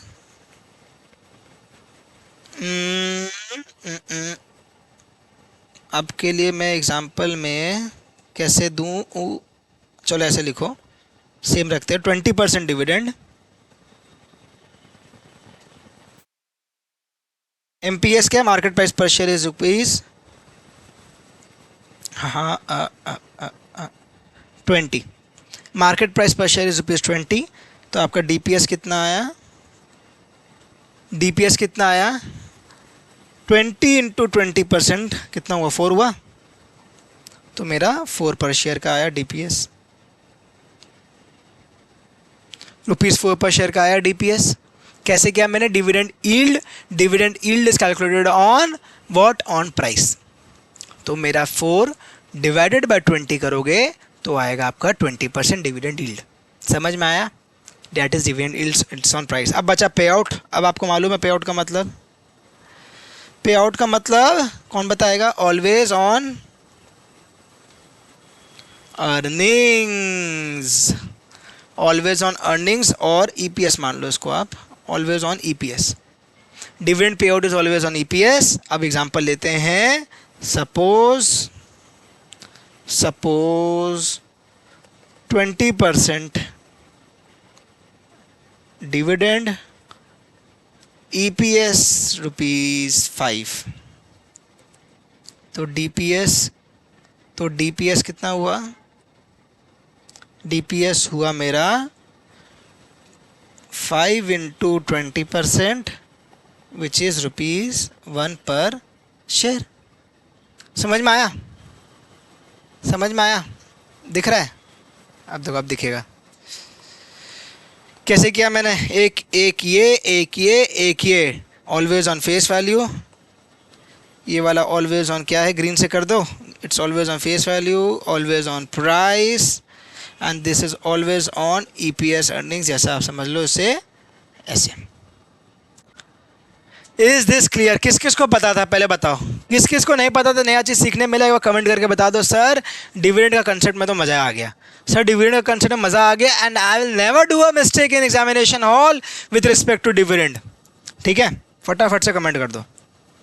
हटा रहा है स्क्रीन, जिस चीज़ को देखना, स्क्रीनशॉट लेना, फोटो लेना, पॉज करना, फटाफट कर लो। 10 9 5 4 2 1 0.5 एंड 0। चलो नेक्स्ट, अब आ जाओ फटाफट कंसेप्ट पे। डिविडेंड पे आउट रेशियो क्या हुआ हमने बता दिया। अब DPS dividend per share divided by earnings, इतना अच्छे से हमने डिस्कस किया, इन 200। ये ना स्टाइल है डिनोट करने का, ये कोई लॉ नहीं है, रूल नहीं है, इसमें आपको क्या मीनिंग कुछ नहीं है। डिविडेंड पे आउट स्टाइल है, बताने का तरीका है। पे आउट कर रहा, अर्निंग से पे आउट कर रहा है, तो डिविडेंड बाय अर्निंग्स इन 200। ठीक है ना, अलग अलग तरीके से लिखता है, ऐसा कोई वो रूल नहीं है कि भाई ऐसे ही डिनोट करो। ठीक है, जैसे जो बोल दे क्वेश्चन अपने वो मान के बढ़ जाएंगे। रिटेंशन रेशियो क्या हुआ? एक होता है भाई पे आउट, एक होता है रिटेंशन। जितना आप पे आउट कर दोगे, जो बचा वो रिटेन कर रहे हो। इजी, तो वो मेरा 1 minus dividend pay out ratio is my retention ratio. P ratio तो नाम में लिखा है भाई, प्राइस अर्निंग्स सबसे important ratio, the parameter used for valuation of stocks. Stock का वैल्यूएशन पी रेशियो हाई है कि लो है, इतना बार आप सुनोगे, रिसर्च रिपोर्ट्स, ब्रोकरेज रिपोर्ट्स, इतना जगह पे आप पढ़ोगे, न्यूज़ चैनल्स में देखोगे भाई इसका पी बहुत हाई हो गया, इसका पी बहुत हाई हो गया, मल्टीपल्स बहुत हाई हो गया, कितने मल्टीपल्स में बिक रहा है शेयर, ये सब सुनने मिलता है। कभी भी किसी अच्छे इंसान का, कभी भी किसी एक्सपर्ट का, फाइनेंशियल एक्सपर्ट्स का जो आप इंटरव्यूज़ देखते हो, आजकल पॉडकास्ट देखते हो, वो लोग ऐसे ही बोलते हैं कितने मल्टीपल्स पे शेयर बिक रहा है, कितना प्राइस टाइम्स, कितने टाइम्स पे बिक रहा है। ये सब चीज़ का मतलब is there denoting P ratio. Zomato का पी रेशियो 320 के आसपास का पी रेशियो जोमेटो का, it's huge, it's astronomical P ratio. But P ratio का मतलब क्या होता है? एग्जाम्पल, अगर छोटा बच्चा है उसके लिए अपने बड़े साइज़ का कपड़ा खरीद लेते हैं, बड़े साइज़ का कपड़ा खरीद लेते हैं, दैट इज़ ये अपने अज्यूम कर रहे हैं कि वो बच्चा बड़ा होगा तो उसको वो कपड़ा फिट आएगा। तो हाई पी का मतलब वही हुआ कि हाई पी में अगर आप शेयर खरीदते हो तो आप एक अज्यूम कर रहे हो कि कंपनी उतना ग्रोथ करेगा, उसको जस्टिफाई करेगा। मतलब अगर पी रेशियो इज 320 तो मतलब कि कंपनी के 1 रुपये के कमाई के लिए आप 320 रुपये दे रहे हो। अगर कंपनी का पी रेशियो 300 है तो मतलब 1 रुपये का कमाई के लिए आप 320 रुपये दे रहे हो। क्या आप बात बोल रहे हो? एग्जैक्टली ना, आप देखो ना, अगर मेरा पी रेशियो का मतलब क्या है? Price, market price by earnings, ठीक है। अगर market price by earnings is equal to 300 है, अर्निंग्स अगर 1 रुपया है तो मार्केट प्राइस कितना हुआ? 300। तो मतलब आप 300 रुपये दे रहे हो for 1 rupees of earning. Can you imagine the importance of P ratio? Yes, it's very very important when you are analyzing stocks. जितना ज़्यादा कम पी उतना ज़्यादा कंपनी सस्ता। समझ में आया? जनरली आपका 10-20 के पी तक कंपनी को फेयरली वैल्यूड अपने बोलते हैं, अपने उसको खरीदने लायक पोजीशन में रखते हैं, ठीक है ना। कोई लेकिन स्टैंडर्ड रूल नहीं है, कंपनी कितना हाई है नहीं है, कितना ग्रोथ पोटेंशियल है उस पर डिपेंड करता है पी। इसलिए जोमेटो 300 का पी में भी बोलता सस्ता है। चलो, मार्केट कैपिटलाइजेशन बाय आफेश, एक और फार्मूला। क्या आप बोल रहे हो सर? आप कंफ्यूज कर रहे हो? कंफ्यूजन हो रहा है? किस किस को कंफ्यूजन हो रहा है पहले बताओ मुझे। मार्केट कैप क्या हुआ? मार्केट कैप क्या हुआ?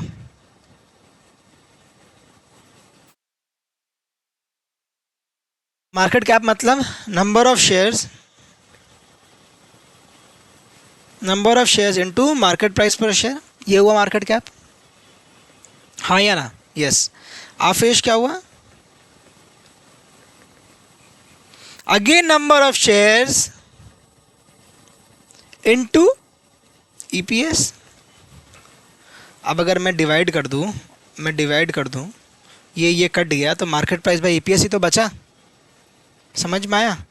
एक और तरीका है डिनोट करने का पी रेशो, इसलिए मैंने दिया। आपको कंफ्यूज करने के लिए नहीं दिया मैंने, आपको समझ में आया इसलिए ही दिया है, ठीक है। आपका काम आसान हो, एग्जाम में हेल्प हो, उसलिए दिया है। डिविडेंड यील्ड क्या हुआ भाई? अब हमको सर हम मास्टर यील्ड में, तो डिविडेंड मतलब dividend by price into 100। Earnings yield, अब मास्टर ऐसा यील्ड वर्ड मतलब ही ऑन प्राइस, तो earnings by into 100 which is 1/PE ratio, एक और फॉर्मूला। ये फॉर्मूला देख के कुछ याद आ रहा है? अर्निंग्स बाय मार्केट प्राइस देख के किस किस को याद आ रहा है? कुछ और याद आ रहा है? किसी और चैप्टर में हमने कुछ डिस्कस किया है? Earnings by price is my KE, cost of equity. Cost of equity निकालने के 4 तरीके हमने सीखे थे ना, हाँ या ना? अर्निंग्स प्राइस एक तरीका था उसमें से, earnings price model. Earnings divide by price into 100 gives me my cost of equity. वही तरीके से अपने यहाँ पे सेम फॉर्मूला यूज़ कर रहे हैं, ठीक है। बुक वैल्यू क्या हुआ? बुक वैल्यू क्या हुआ? बुक वैल्यू एक होता है मार्केट वैल्यू, एक होता है आपका बुक वैल्यू, एक होता है इंट्रिंसिक वैल्यू। क्विकली सुन लेना, थोड़ा सा अपने अच्छा लेवल ऑफ डिस्कशन कर रहे हैं, पॉलिश लेवल डिस्कशन कर रहे हैं। मार्केट वैल्यू का मतलब हमने आपको बताया, अगर मार्केट में मतलब स्टॉक में आपका NSE BSE में प्राइस चल रहा है ₹50 पर share, that is your market value. 50 into आप कर दो नंबर ऑफ शेयर्स तो आपको मार्केट कैप मिल जाता है, ठीक है। तो मार्केट वैल्यू चल रहा है, मार्केट प्राइस मतलब चल रहा है ₹50। बुक वैल्यू क्या हुआ? बुक मतलब बुक्स ऑफ अकाउंट्स। आपका जो books of accounts company maintain करे दैट मीन्स बुक्स। बुक के हिसाब से वैल्यू क्या हुआ? भाई वैल्यू तो तब देखेंगे ना जो मेरा शेयर होल्डर और मेरा रिजर्व एंड सरप्लस, मतलब मेरा जो शेयर होल्डर फंड्स है, जो मेरा शेयर होल्डर फंड्स है उस पर अगर मैं डिवाइड कर दूं मेरा नंबर ऑफ इक्विटी शेयर्स, तो मेरे को बुक्स में मेरा क्या वैल्यू मिल जाएगा। मेरा बुक्स में असल में वैल्यू क्या है, असल में वैल्यू क्या है, asset minus liability is equity, asset minus liability is equity, बचपन में पढ़ा था हमने। तो मेरा इक्विटी जो है डिवाइड में अगर कर दूं number of equity shares, that is my book value. तो मेरा अगर बुक वैल्यू एक होता है, एक मार्केट वैल्यू होता है, ठीक है। अगर मान लो 50 रुपया था मेरा, 50 रुपया था मेरा वॉट मार्केट वैल्यू, अब मैंने बुक वैल्यू आया ₹40, तो मतलब मार्केट में प्राइस ज़्यादा है, बुक्स में प्राइस कम है, तो शायद ये अपने सिर्फ इस पैरामीटर में अगर मुझे डिसीजन लेना होगा तो मैं बोलूँगा यार it's over valued, price of the stock is over valued because market में 50 है, असल में उसका दाम 40 है, तो यार ये ओवर वैल्यूड है। But they are various different parameters. Suppose Infosys का अपने बात करें तो मार्केट वैल्यू बुक वैल्यू में डिफरेंस रहेगा, ऑब्वियसली मार्केट वैल्यू ज़्यादा रहेगा। Why? Because book value is not a true indicator of all the aspects, right. उसका क्लाइंटल क्या है, उसका बिजनेस प्रोस्पेक्ट्स क्या है, उसके जो एम्प्लॉयज़ है वो उसके असल में स्ट्रेंथ है, तो एम्प्लॉयज़ के स्किल सेट्स ये सब तो बुक वैल्यू में फैक्टर इन नहीं होता ना। The book value is purely number based. Book value पता काम का कब है, काम का तब है जब आप एक फिनेंशियल कंपनी को इवैल्यूएट करते हो। फिनेंशियल कंपनी में क्या है, आपका बैंक्स हुआ, एनबीएफसीज हुआ, इसमें क्या होता है भाई, पैसा ही तो सब कुछ है, और पैसा का दाम तो चाहे बुक्स में जो हो मार्केट में दो, दोनों का सेम है। 100 रुपये कंपनी के बुक्स में हुआ, 100 रुपये मार्केट में, बात तो एक ही है ना। उसका एसेट लायबिलिटी भी उसके पैसे हैं, बैंक का पैसा देना पैसा लेने का काम है, तो बुक्स में भी पैसा है, मार्केट में पैसा मतलब पैसा। तो इस बैंक्स के लिए book value is a fairly good measure for identifying stocks और identifying the potential of a company, but not for any other companies like an Infosys. But अगर आप पूछो सर, फोर्स करो सर आप बुक वैल्यू के basis में decision लो, तो 40 और 50 है तो मैं बोलूँगा ओवर वैल्यूड है। कैसे समझ में आप बुक वैल्यू पता चला?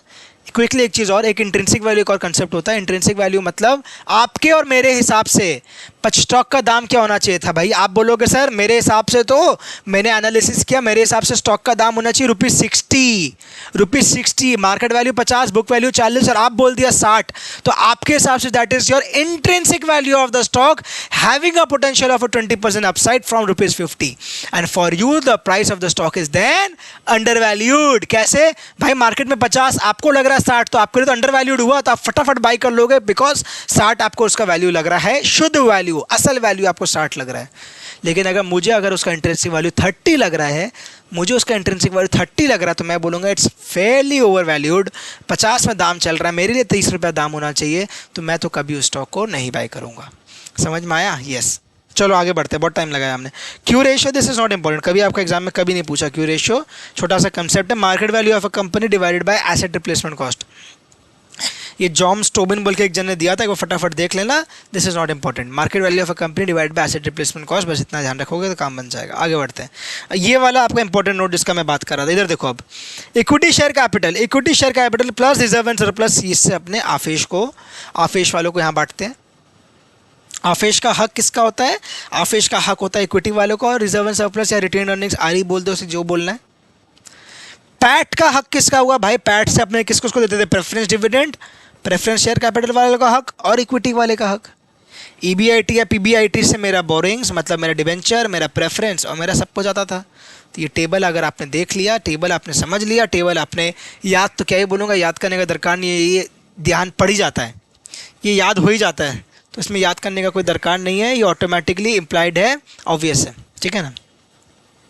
आगे बढ़े, हाफ एन आवर में कंप्लीट करा देंगे पक्का, प्रॉमिस। चलो मेन अपना काम हो गया, फटाफट करते हैं। एक्टिविटी रेशियोज, परफॉर्मेंस रेशियोज या turnover ratios, apt, APT apt, तीनों का मतलब एक।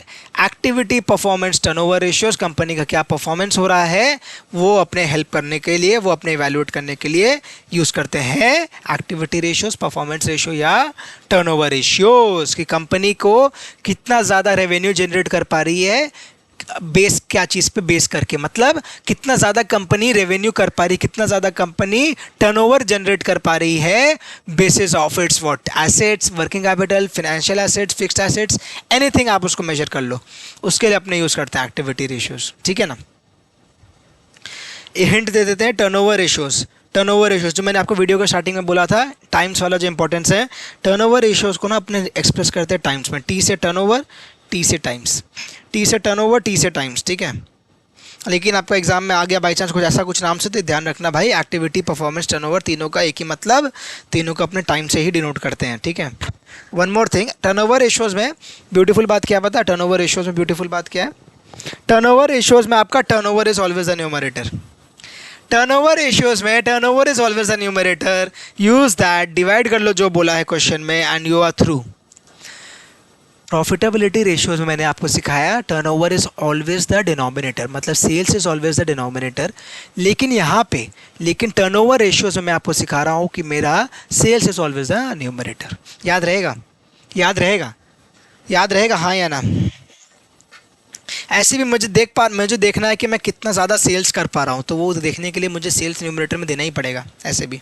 चलो, total asset turnover ratios easy, sales by assets, ये सब रेशियोज एकदम इजी रेशियोज। आपको लग रहा है सर बहुत कुछ डिफिकल्ट जा रहा है? कुछ डिफिकल्ट जा रहा है, कुछ ऐसा आ गया या ऐसा हमने बता दिया कि ओ हो एकदम अलग से याद करना पड़ेगा? ऐसा कुछ नहीं है, एकदम नाम पे ही है, रेशियो के नाम पे उसका मतलब है, इतना तो ईजी लगता है, इसलिए मुझे रेशियो सबसे ईजी लगता है। भाई आपने नाम में ही आंसर दे दिया। क्वेश्चन में अगर लिखा है ये this ratio is equal to मान लो 2.5 टाइम्स, मुझे तो मज़ा आ जाता है कि हाँ सेल्स बाय ये 2.5 तो दे ही दिया, क्वेश्चन में आपने आपसे आंसर दे दिया।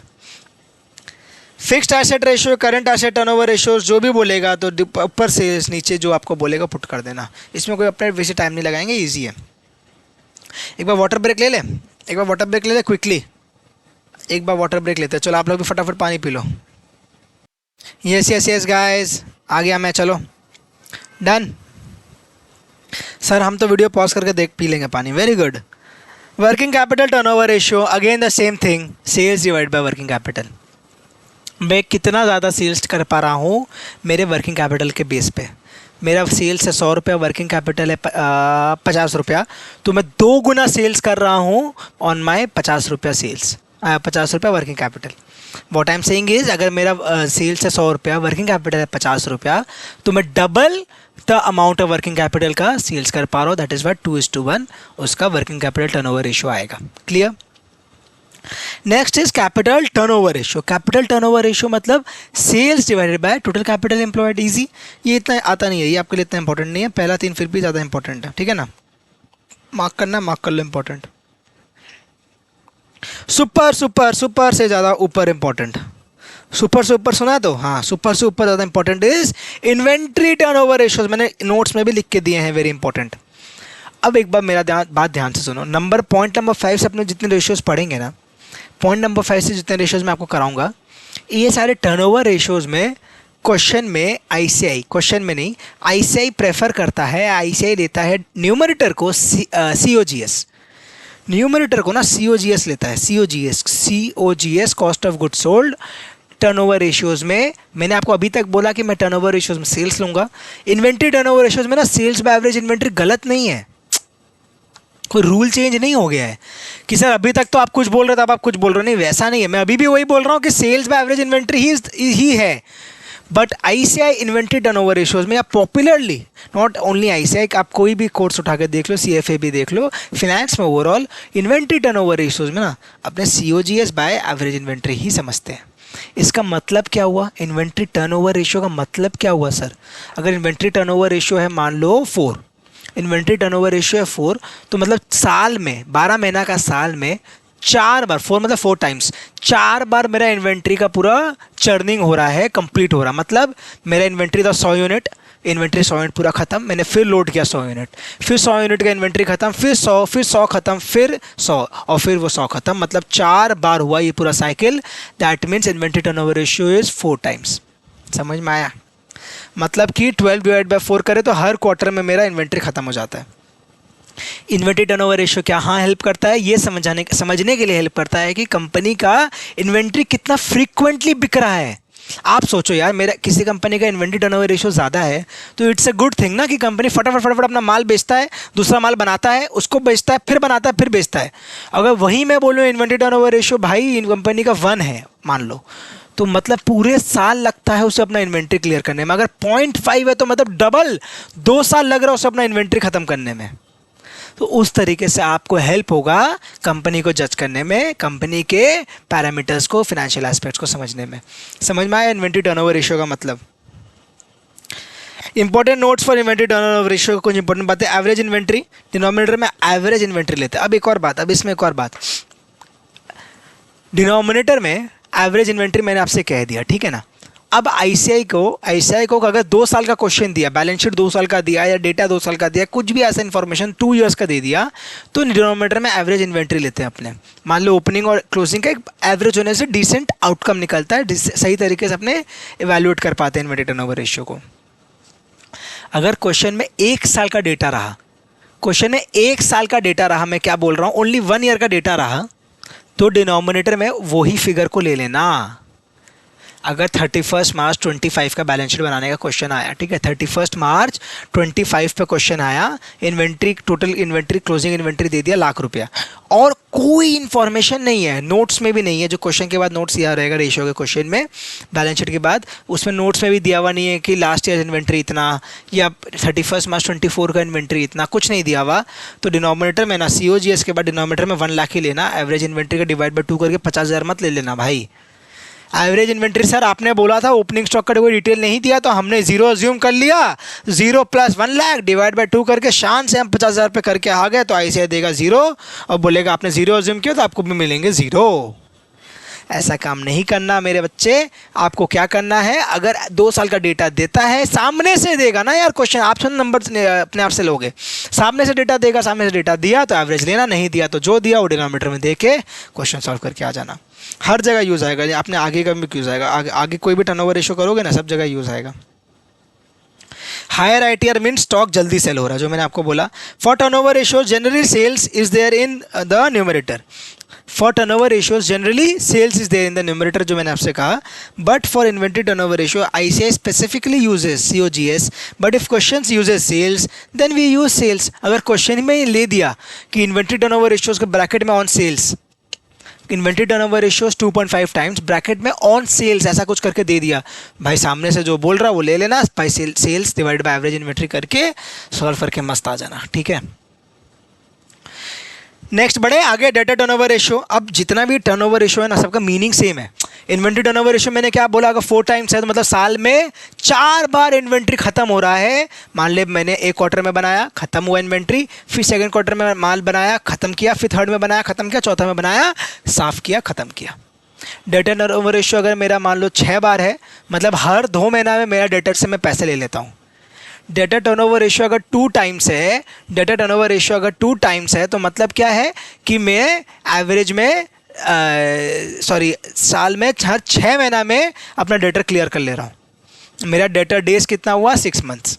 वाई सर, बिकॉज आप साल में से 2 बार अपना डेटर क्लियर कर पा रहे हो। डेटा टर्नओवर रेशियो 2 टाइम्स अगर है तो 2 टाइम्स से मतलब 12 का सारा मंथ हुआ, 12/2 मतलब हर 6 मंथ्स में आप अपना डेटर को पैसा वसूल कर पा रहे हो। समझ में आया? एग्जाम्पल अगर 3 टाइम्स है तो it signifies that the collection is happening 12/3 which is 4 times in a year, ठीक है। समझ में आया? डेटर टर्नओवर रेशियो कैसे निकालते हैं? क्रेडिट सेल्स बाय डेटर है भाई, डेटर तो तब आएगा ना जब क्रेडिट में आपने माल बेचा, तो credit sales divided by average debtors. अगर क्वेश्चन में ना डेटर्स, एक इंपॉर्टेंट बात, हाँ इंपॉर्टेंट बात, एक आधा क्वेश्चन में ना आपके स्टडी मैट के क्वेश्चन में ये पॉइंट दिया हुआ है। अगर क्वेश्चन में डेटर्स एंड बिल्स रिसीवेबल दोनों दिया हुआ है ना, तो consider both in the denominator. एकदम पिक्यूलियर क्वेश्चन है। आप बोलोगे सर बात तो एक ही है, आई अंडरस्टैंड दैट, लेकिन एक क्वेश्चन में स्टडी मैट में आपका डेटर्स और बिल्स रिसीवेबल दोनों का फिगर दिया है, तो डिनोमिनेटर में ना दोनों को जोड़ देना। ICI ने वैसे किया है तो प्लीज़ वैसे करके आ जाना, सही गलत का डिबेट नहीं करना। I know that right answer is only considering debtors because bills receivable we assume the debtors includes the bills receivable, ठीक है ना, बट स्टिल ऐसा रहा तो दोनों ले लेना। क्रेडिटर्स टर्नओवर रेशियो नाम ही है, क्रेडिटर्स टर्नओवर रेशियो मतलब नेट क्रेडिट परचेज, ऊपर में क्रेडिट परचेज, नीचे में एवरेज क्रेडिटर्स। सेम लॉजिक, अगर मान लो जितना ज़्यादा क्रेडिटर्स टर्नओवर रेशियो मतलब उतना बार मैं चुकता कर रहा हूँ अपने क्रेडिटर्स को। अगर high number of creditors turnover ratio है तो मतलब मुझे क्या करना पड़ रहा, बहुत जल्दी पेमेंट करना पड़ रहा है। That is not a good sign for a company. मतलब क्या होगा ना, आपको क्रेडिटर से टाइम नहीं मिल रहा है। क्रेडिटर टर्नओवर रेशियो हाई होना is never a good sign, because मुझे क्या करना पड़ रहा है, बहुत जल्दी मुझे क्रेडिट डेज ही नहीं दे रहा वो। मैंने आज मान लिया मुझे कल ही पेमेंट करना पड़ रहा है। अगर मान लो creditor turnover ratio is 6 times, 6 times अगर है मतलब 12/6 हर 2 महीना में मुझे अपना क्रेडिटर्स को चुकता करना पड़ रहा है। और वेरास अगर मेरा डेटा टर्नओवर रेशियो 3 टाइम्स है, डेटा टर्नओवर रेशियो अगर मेरा 3 टाइम्स है मतलब मुझे हर 4 महीना में 12/3 किया, हर 4 महीना में डेटर से पैसा मिलता है, लेकिन मुझे हर 2 महीना में क्रेडिट टर्नओवर रेशियो को चुकता करना पड़ रहा है। समझ में आया? Yes. Raw material turnover ratio same चीज़। अब यहाँ से ना जितने टर्नओवर रेशियोज है आपको यूज़ कहाँ आएंगे मालूम है? आपके वर्किंग कैपिटल वाले चैप्टर में। वहाँ पे मैं डिटेल में ना आपको लिंक करा के बता दूंगा, मज़ा आ जाएगा वहाँ पे। तो अब भी एक बार समझ के चलो, याद करके चलो, आगे आगे जब बढ़ेंगे तो और डिटेल में डिस्कस करेंगे अपना, ठीक है? कोई दिक्कत नहीं, कोई दिक्कत नहीं है sir. Raw material turnover ratio में raw material consumed divide by average अपने हर बार लेते हैं, लेकिन अगर क्वेश्चन में डेटा नहीं दिया तो एवरेज मत करना, जो डेटा दिया है उस साल का सिर्फ वो पुट करना, कैलकुलेट करके आ जाना, ठीक है? WIP turnover ratio cost of production divide by average WIP stock, अपने आगे करेंगे इसको डिटेल में। FG टर्नओवर रेशियो में COGS बाय FG अपने करते हैं, COGS by average finish good stock करते हैं, ठीक है? Always remember sales is net sales, debtor creditor RM, जो भी आपका पीरियड रहा या वेलोसिटी रहा, इसको वेलोसिटी भी बोलते हैं।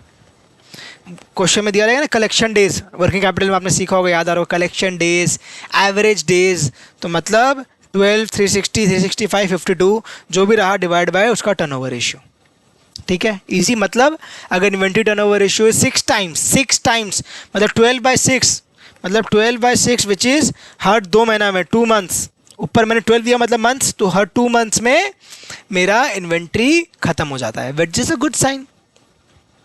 उस तरीके से सारा आपको कैलकुलेट करने में यहाँ तरीका से हेल्प होगा।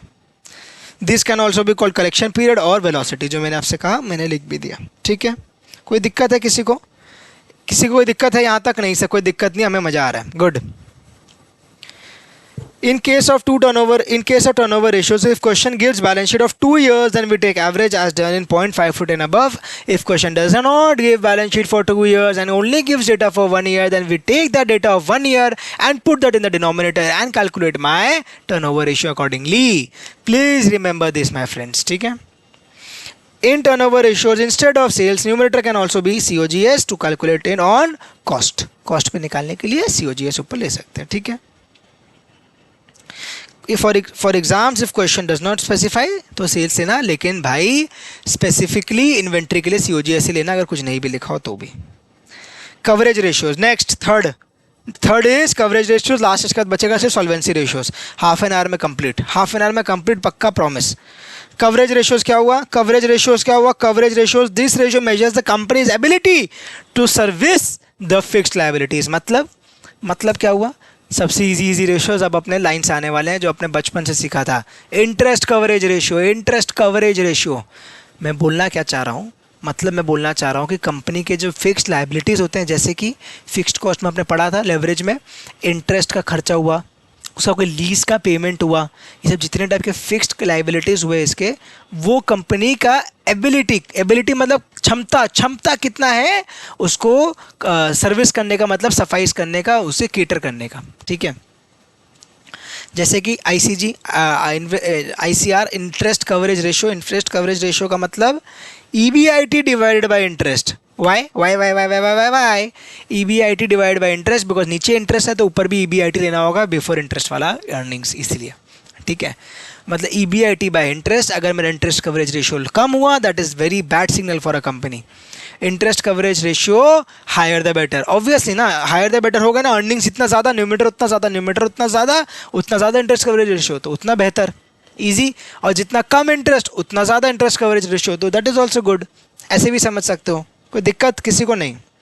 डेट सर्विस कवरेज रेशियो मतलब अर्निंग्स अवेलेबल फॉर, ये इतना इंपॉर्टेंट नहीं है, this is not so important, this is super important. आएगा तो ICR ही आएगा, समझ के चलो। एक आ सकता है फिक्स चार्जेस, यहाँ पे आएंगे। डेट सर्विस कवरेज रेशियो मतलब earnings available for debt services by interest plus instalment, that is not so important, आप आगे बढ़ सकते हो। प्रेफरेंस डिविडेंड कवरेज रेशियो मतलब प्रेफरेंस डिविडेंड अपने देते किससे हैं भाई? पैट से देते हैं, तो ऊपर पैट नीचे preference dividend, easy. Fix charge coverage ratio मतलब जो आपके फिक्स चार्ज है EBIT plus depreciation plus lease, अगर आया plus lease divide by interest plus lone repayment plus lease. अगर आया fix charge coverage ratio, lease का भी डिटेल दिया हुआ है, तो ऊपर में भी लीज ऐड करना पड़ता है और नीचे में भी लीज ऐड करना पड़ता है। क्या बात बोल रहे हो? यस, ऊपर में प्लस लीज पेमेंट, नीचे में भी लीज पेमेंट, आगे आपका फिक्स चार्ज कवरेज रेशियो। बाकी ना जनरली फिक्स चार्ज ना एक इंटरेस्ट का ही रहता है, तो इसीलिए ये फॉर्मूला इतना ही रहेगा, EBIT बाई इंटरेस्ट, जो आपका ICR था। समझ में आया लॉजिक? कोई नया चीज़ नहीं है, उसी में आपने जोड़ दिया डेप्रिसिएशन, नीचे जोड़ दिया loan repayment. Equity dividend coverage ratio, भाई आफिश भाई, इक्विटी डिविडेंड इजी, जो चीज़ का मांगा वो चीज़ किससे जाएगा और नीचे वही खत्म। ऑलवेज रिमेंबर, डन भैया, coverage ratio done done done done done. Always remember, net profit is also called PAT divide by EAT। PAT या EAT नेट प्रॉफिट होता है, हमेशा याद रखना। Net profit net profit net profit का मतलब PAT PAT PAT PAT, net profit means PAT, net profit means PAT. याद रहेगा? किस किस को याद रहेगा फटाफट से बताओ नीचे नेट प्रॉफिट का मतलब क्या होता है, कमेंट बॉक्स कमेंट करके बताना, मैं तब समझूंगा याद है कि नहीं आपको। Operating profit is also called PBIT EBIT, मैंने 32 से 60 बार आपको बता दिया चीज़। लास्ट करेंगे अपने सॉल्वेंसी रेशियोज। रेडी हो? हाँ या ना? Ready my friends please. अभी तक आपने बना रहा 1 घंटे से ऊपर आपने देख लिया वीडियो को, you are a really good student, अच्छे बच्चे हो। वरना मैक्सिमम लोग अभी तक तो अपने इंस्टाग्राम खोल के आगे बढ़ जाते हैं, बट आप अगर अभी तक वीडियो में बने हो तो you are a good student. Video को फटाफट से एक ठो लाइक मार दो और कमेंट करके बता दो सर हमें तो मज़ा ही आ रहा क्लासेस में। अपना फीडबैक नीचे दिए गए नंबर्स में प्लीज़ शेयर करना, ताकि हमें भी और इम्प्रूव करने का और मोटिवेशन भी मिलता रहे। ठीक है, चलें आगे बढ़ें आगे बढ़ें आगे बढ़ें। Are you all ready with me guys? Yes. Solvency ratios का मतलब, सॉल्वेंसी रेशियो मतलब कंपनी का सॉल्वेंसी का टेस्ट करता है कि भाई मेरा कंपनी इनसॉल्वेंट तो नहीं हो जाएगा, डिफ़ॉल्ट तो नहीं कर जाएगा, बैंकरप्ट तो नहीं हो जाएगा, पेमेंट में डिफ़ॉल्टर तो नहीं बन जाएगा, लोन तो नहीं चुकता कर पाएगा, ऐसा तो नहीं हो जाएगा कि लोन चुकता नहीं कर पा रहा है। उसका सॉल्वेंसी का टेस्ट लेना होगा ना मुझे, कि भाई वो टिका रहेगा ऐसा going concern in the coming years, डूब नहीं जाएगा, अनिल अंबानी नहीं बन जाएगा, भाई मुकेश अंबानी बन के रहेगा। ये सारा पैरामीटर्स को टेस्ट करता है मेरा क्या? Solvency ratio. क्या टेस्ट करता है मेरा? क्या टेस्ट करता है मेरा? Solvency ratio. Are you all understanding this? Please tell me, समझ में आ रहा है? सॉल्वेंसी रेशियो समझ में आया? Solvency ratio is my test of solvency that the company is not going to be an insolvent. Current ratio बचपन से सीखा है सबको, ऐसे ही याद है, CA/CL CA/CL CA/CL तो बोलने के लिए अपने ऐसे ही रेडी रहते हैं अब। ठीक है, नेक्स्ट मतलब पता है करंट रेशियो का? Ideal current ratio is 1 times तो होना ही चाहिए। आइडियल करंट रेशियो कम से कम 1 तो होगा ही भाई, वैसे तो 2 होना चाहिए। ठीक है ना? मतलब कि कंपनी के पास ट्वाइस द करंट एसेट्स होना चाहिए, ट्वाइस करंट एसेट्स होना चाहिए फ्रॉम ऑफ इट्स लाइबिलिटीज़। मतलब व्हाट आई मीन टू से इज, करंट लाइबिलिटीज अगर 100 रुपये है तो करंट एसेट्स 200 रुपये होना चाहिए। मतलब कि short term date, short term obligations is the right word. Short term obligations मेरा क्या जताता है? Current liabilities. करंट लाइबिलिटीज़ का मतलब short term obligations.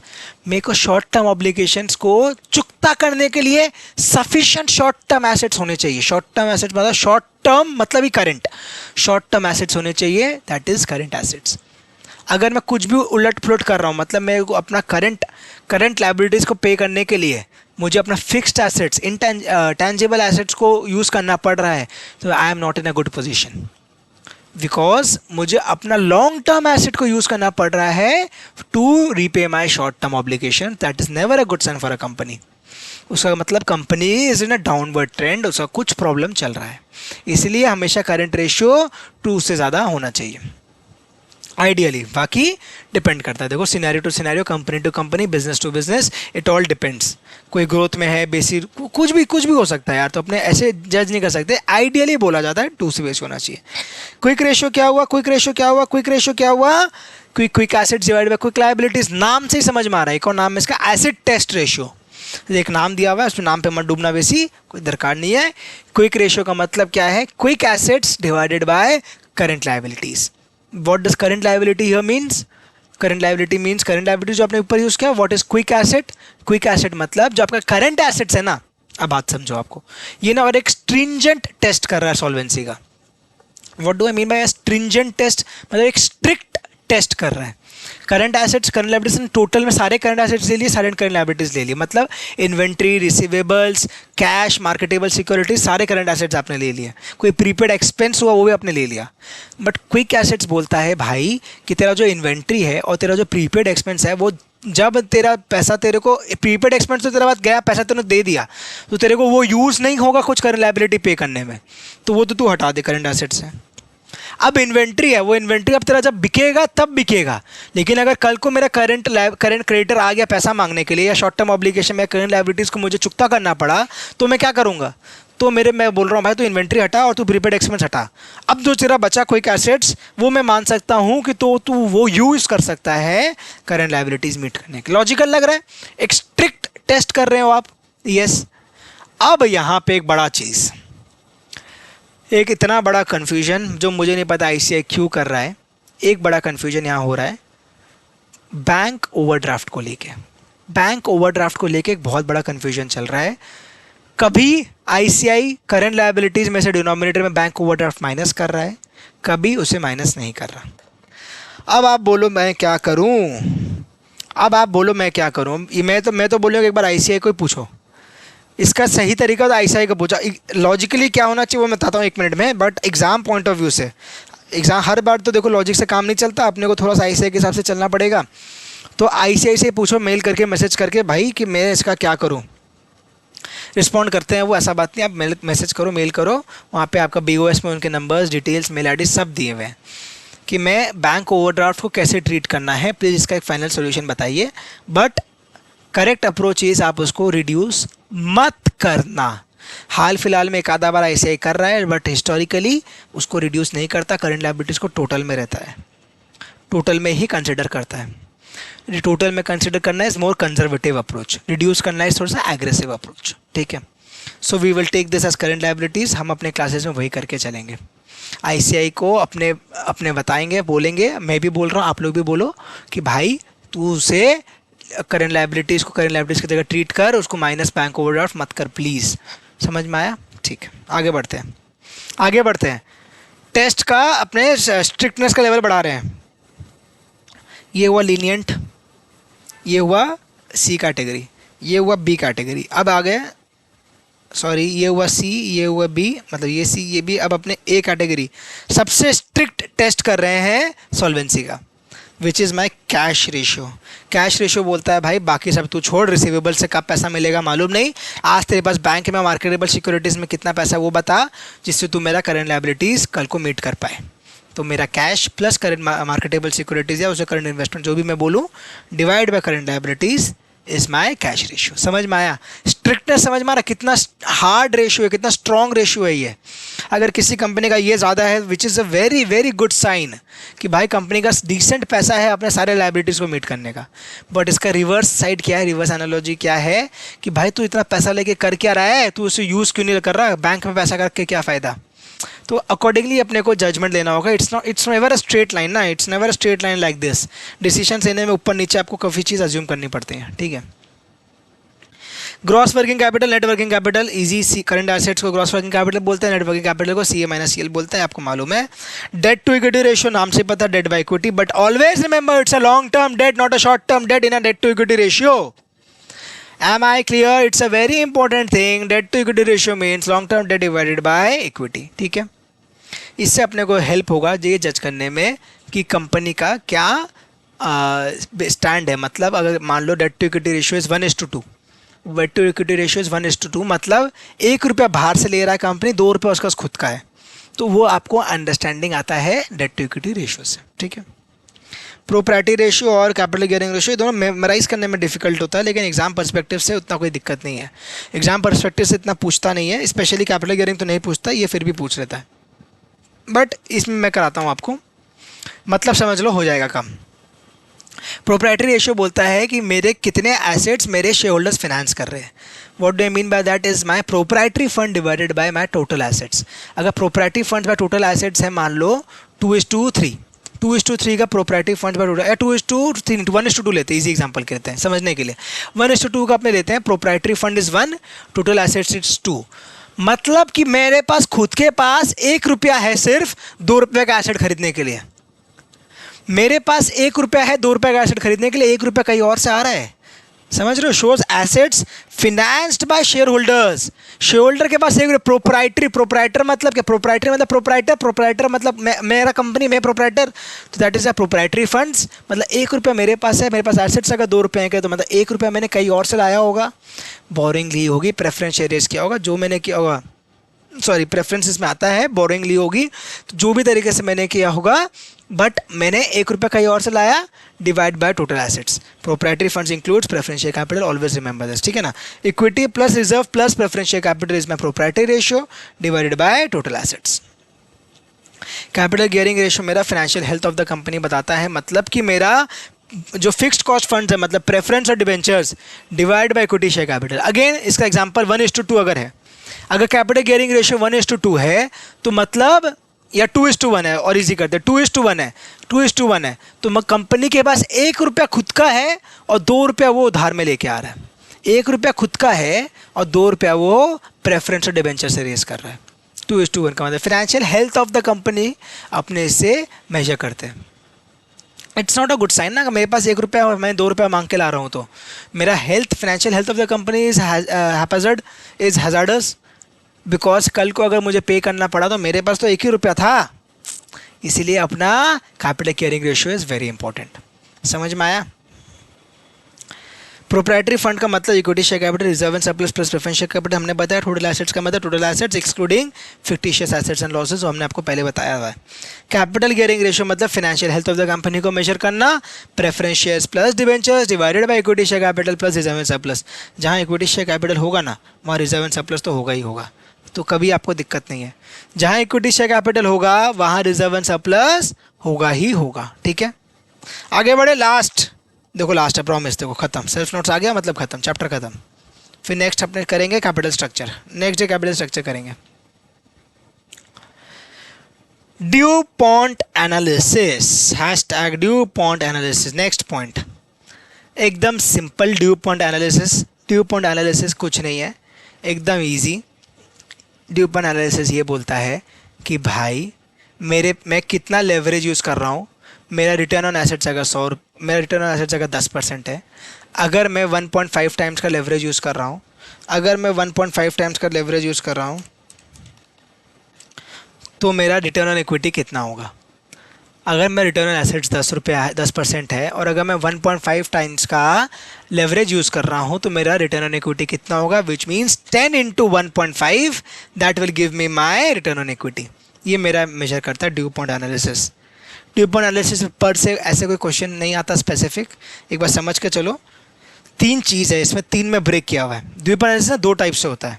Return on equity calculate कर सकते हैं अपने इस बेसिस पे, एक 5 फैक्टर में भी ब्रेक करता है ड्यू पॉइंट एनालिसिस, वो आपके सिलेबस में नहीं है, आईसीआई ने वो कवर नहीं किया, तो सिर्फ अपने 3 वाला ही बात करेंगे, ठीक है। मतलब इधर देखो एक बार, net profit ratio, asset turnover ratio और इक्विटी मल्टीप्लायर या लेवरेज। लेवरेज क्यों बोल रहा हूँ मैं, इक्विटी मल्टीप्लायर को, assets by equity share capital is my equity multiplier. एक बार मतलब समझो कि अगर मेरा एसेट्स 2 रुपया का है, इक्विटी मेरे पास 1 रुपया का है, तो भाई मैंने लेवरेज किया होगा ना, तभी मेरे एसेट्स 2 रुपये के हैं। सोचो एक बार, शांति से सोचो। तो 2:1 मतलब 2 मेरा लेवरेज हुआ, क्लियर हुआ। अगर मेरा 2 रुपया का एसेट है, 1 रुपया का मेरा इक्विटी है, तो मैंने लेवरेज लिया, मैंने 1 रुपया का लेवरेज लिया, मतलब मेरा 2:1 का या 2 मेरा फाइनेंशियल लेवरेज हुआ। समझ में आ गया। नेट प्रॉफिट रेशियो मतलब NP by sales, asset turnover ratio मतलब सेल्स बाय एसेट्स। इन दोनों को इनटू करोगे तो आपका सेल्स कट जाएगा, तो नेट प्रॉफिट बाय एसेट बचेगा, which is my return on assets. तो return on assets into leverage करोगे आप, तो मेरा क्या आएगा, आरओई। कैसे, इधर देखो, अब तीनों को मल्टीप्लाई कर दो, net profit by sales into sales by assets into assets by share capital, ये कटा, ये कटा, तो बचा net profit by equity share capital which gives me my ROE. Sir ये अपने क्यों कर रहे हैं, बस ये समझने के लिए कि मैं रिटर्न ऑन एसेट्स में अगर मैं लेवरेज इंटू करूँ तो मुझे मिल जाता है return on equity. Gives impact of debt on ROE, debt का क्या इम्पैक्ट है आरओई में, हेंस वी कैन से ये आरओई का टोटल में आया। मतलब DuPont analysis helps to evaluate the return generated by the company because of the debt present in it. कितना डेट कंपनी में प्रेजेंट है, उसके वजह से उसको क्या रिटर्न मिल रहा है वो। अगर मान लो कोई लेवरेज करता ही नहीं, ठीक है, मान लो 10% इंटू 1 होता, कोई लेवरेज है ही नहीं, तो मेरा आरओई और आरओई सेम होता, तो ये आया 10%। मतलब कि मेरा लेवरेज की वजह से मेरा रिटर्न कितना एम्पलीफाई हो रहा है, that helps in understanding, that helps in evaluating using due point analysis. समझ में आ गया, समझ में आया, यस और नो बोलो, yes guys. We are done, we are through, we have completed our chapter ratio analysis in the best possible manner. सारे रेशियोज हमने आपको एक एक करके डिटेल में समझाते हुए किया. मज़ा आया कि नहीं, प्लीज़ बता दो यार, मज़ा आया कि नहीं. एक लाइक तो बनता है सर, मज़ा आ गया क्लास करके. एक फाइनल, अब एक क्वेश्चन हम आपको कराते हैं हमेशा, एक क्वेश्चन हम आपको करा के ही छोड़ेंगे आज भी. ये मेरा Jan 25 का क्वेश्चन है. Jan 25 का क्वेश्चन है, क्विकली समझा दे बस. इजी क्वेश्चन है, कर लोगे खुद से, क्विकली समझाए. एक बार देखो, एक बार देखो. इक्विटी शेयर कैपिटल 4 नंबर का क्वेश्चन था. Equity share capital of Skypack limited as on 31 March 24 was ₹2 lakhs. The relevant ratios of the company are as follows. Company में क्या दिया हुआ है, इक्विटी शेयर कैपिटल दिया हुआ है 2 लाख का, और एक भरपूर रेशियो का लिस्ट दे दिया. You are required to prepare balance sheet. You are required to prepare what, balance sheet of Skypack limited as on 31 March 24. Balance sheet बनाने में बोल दिया. जैसा कि मैंने आपसे कहा था, रेशियो का क्वेश्चन में हर बार बैलेंस शीट बनाने बोलता. सर कौन सा बैलेंस शीट बनाएंगे, अपने बनाएंगे ये हमारा टी शेप का बैलेंस शीट. हमेशा रेशियोज में बनेगा टी शेप का बैलेंस शीट. कोई अपने शेड्यूल 3 वाला, यहाँ पर शेड्यूल 3 वाला फॉर्मेट फॉलो नहीं करना है कि यहाँ रेवेन्यू बनाया, रेवेन्यू का टोटल किया, फिर एक्सपेंस बनाया, वो टोटल किया, फिर निकाला लास्ट में क्या बोलता है आपका अर्निंग्स. ये नहीं करना, ठीक है. करना टी शेप, प्यारा सा टी शेप बनाना.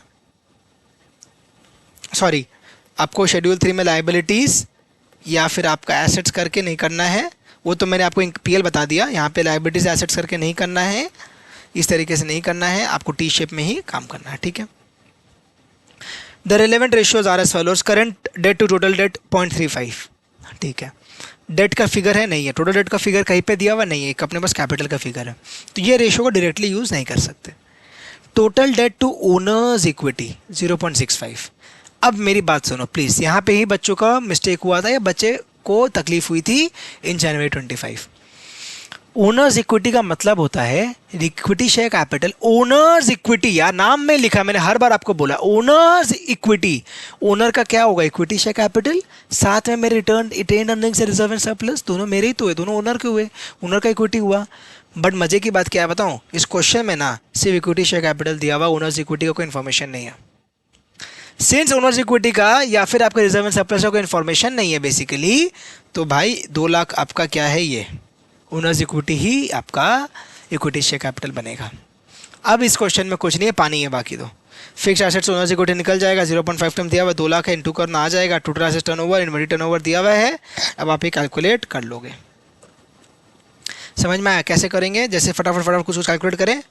जैसे कि टोटल डेट निकाल लो, टोटल डेट निकाल लो. टोटल डेट कितना हुआ, क्विकली करा रहा हूँ, ठीक है, क्विकली करा रहा हूँ. टोटल डेट कितना है, टोटल डेट हुआ आपका 2 लाख इंटू 0.65, कितना, 1,30,000. एम आई राइट और एम आई राइट. फिक्स एसेट्स कितना हुआ, फिक्स एसेट्स का आपका फॉर्मूला दिया हुआ है. Fixed assets to owners equity मतलब 2 लाख इंटू 0.55 मतलब 1,10,000. करेंट डेट भी निकल जाएगा. अब करेंट डेट बाय कैसे निकाल रहा हूँ, current debt by total debt निकालना है, तो मतलब current debt is equals to 1,30,000 into 0.35, 45,500. 45,500 समझ में आया. अब इस क्वेश्चन में ना एक छोटी सी बात और, जब ना ये क्वेश्चन कोई नया क्वेश्चन नहीं है, जनवरी 21 में भी सेम क्वेश्चन आया था, उसमें ना बैलेंस शीट बना के दिया हुआ था क्वेश्चन में, तो उससे भी बच्चों को समझ में आ गया कि आपको ओनर्स इक्विटी में सिर्फ इक्विटी शेयर कैपिटल लेना है. अब एक बात और, एक इस क्वेश्चन में एक प्रॉब्लम और, इन्वेंट्री दिया हुआ है, टोटल एसेट्स दिया हुआ है, फिक्स्ड एसेट्स दिया हुआ है, कोई करंट एसेट्स या किसी चीज़ का और बात नहीं है. मतलब आपका जो यहाँ पे आएगा ना, inventory, fixed assets, total assets, उस तरीके से आएगा. मतलब मैं बोल क्या रहा हूँ, एक बार फटाफट बनाते चलते तो और क्लियर होगा, ठीक है ना. आ जाओ फटाफट मेरे से बैलेंस शीट बना लो, बैलेंस शीट बना लो फटाफट.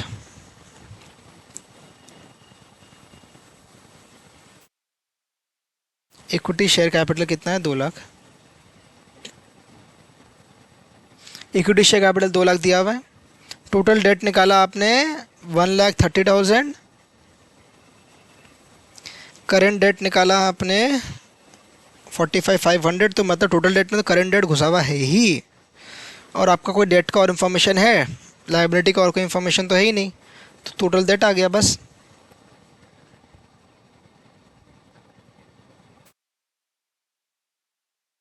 अलग से करेंट डेट मत कर देना। तो लाइव बैलेंस शीट का टोटल सेम।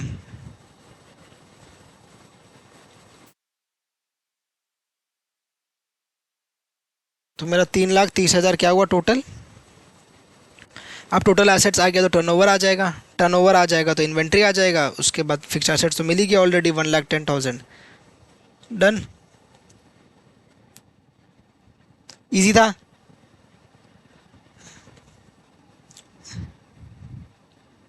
टर्नओवर कितना हुआ, sales by total assets is equal to 2.5 times, तो सेल हुआ 2.5, टर्नओवर कितना हुआ, फास्ट फास्ट करो, टर्नओवर कितना हुआ 2.5 इंटू 3.30 लैक्स कितना हुआ,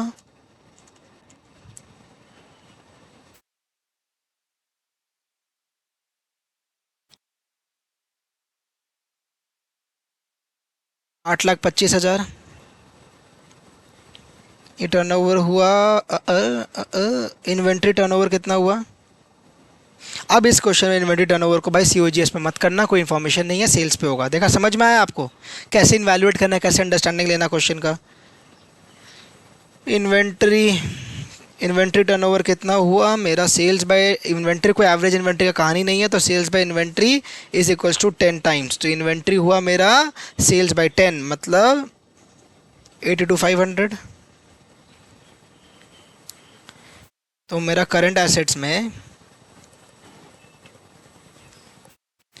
इन्वेंट्री हुआ 82,500। अब माइनस कर दो आप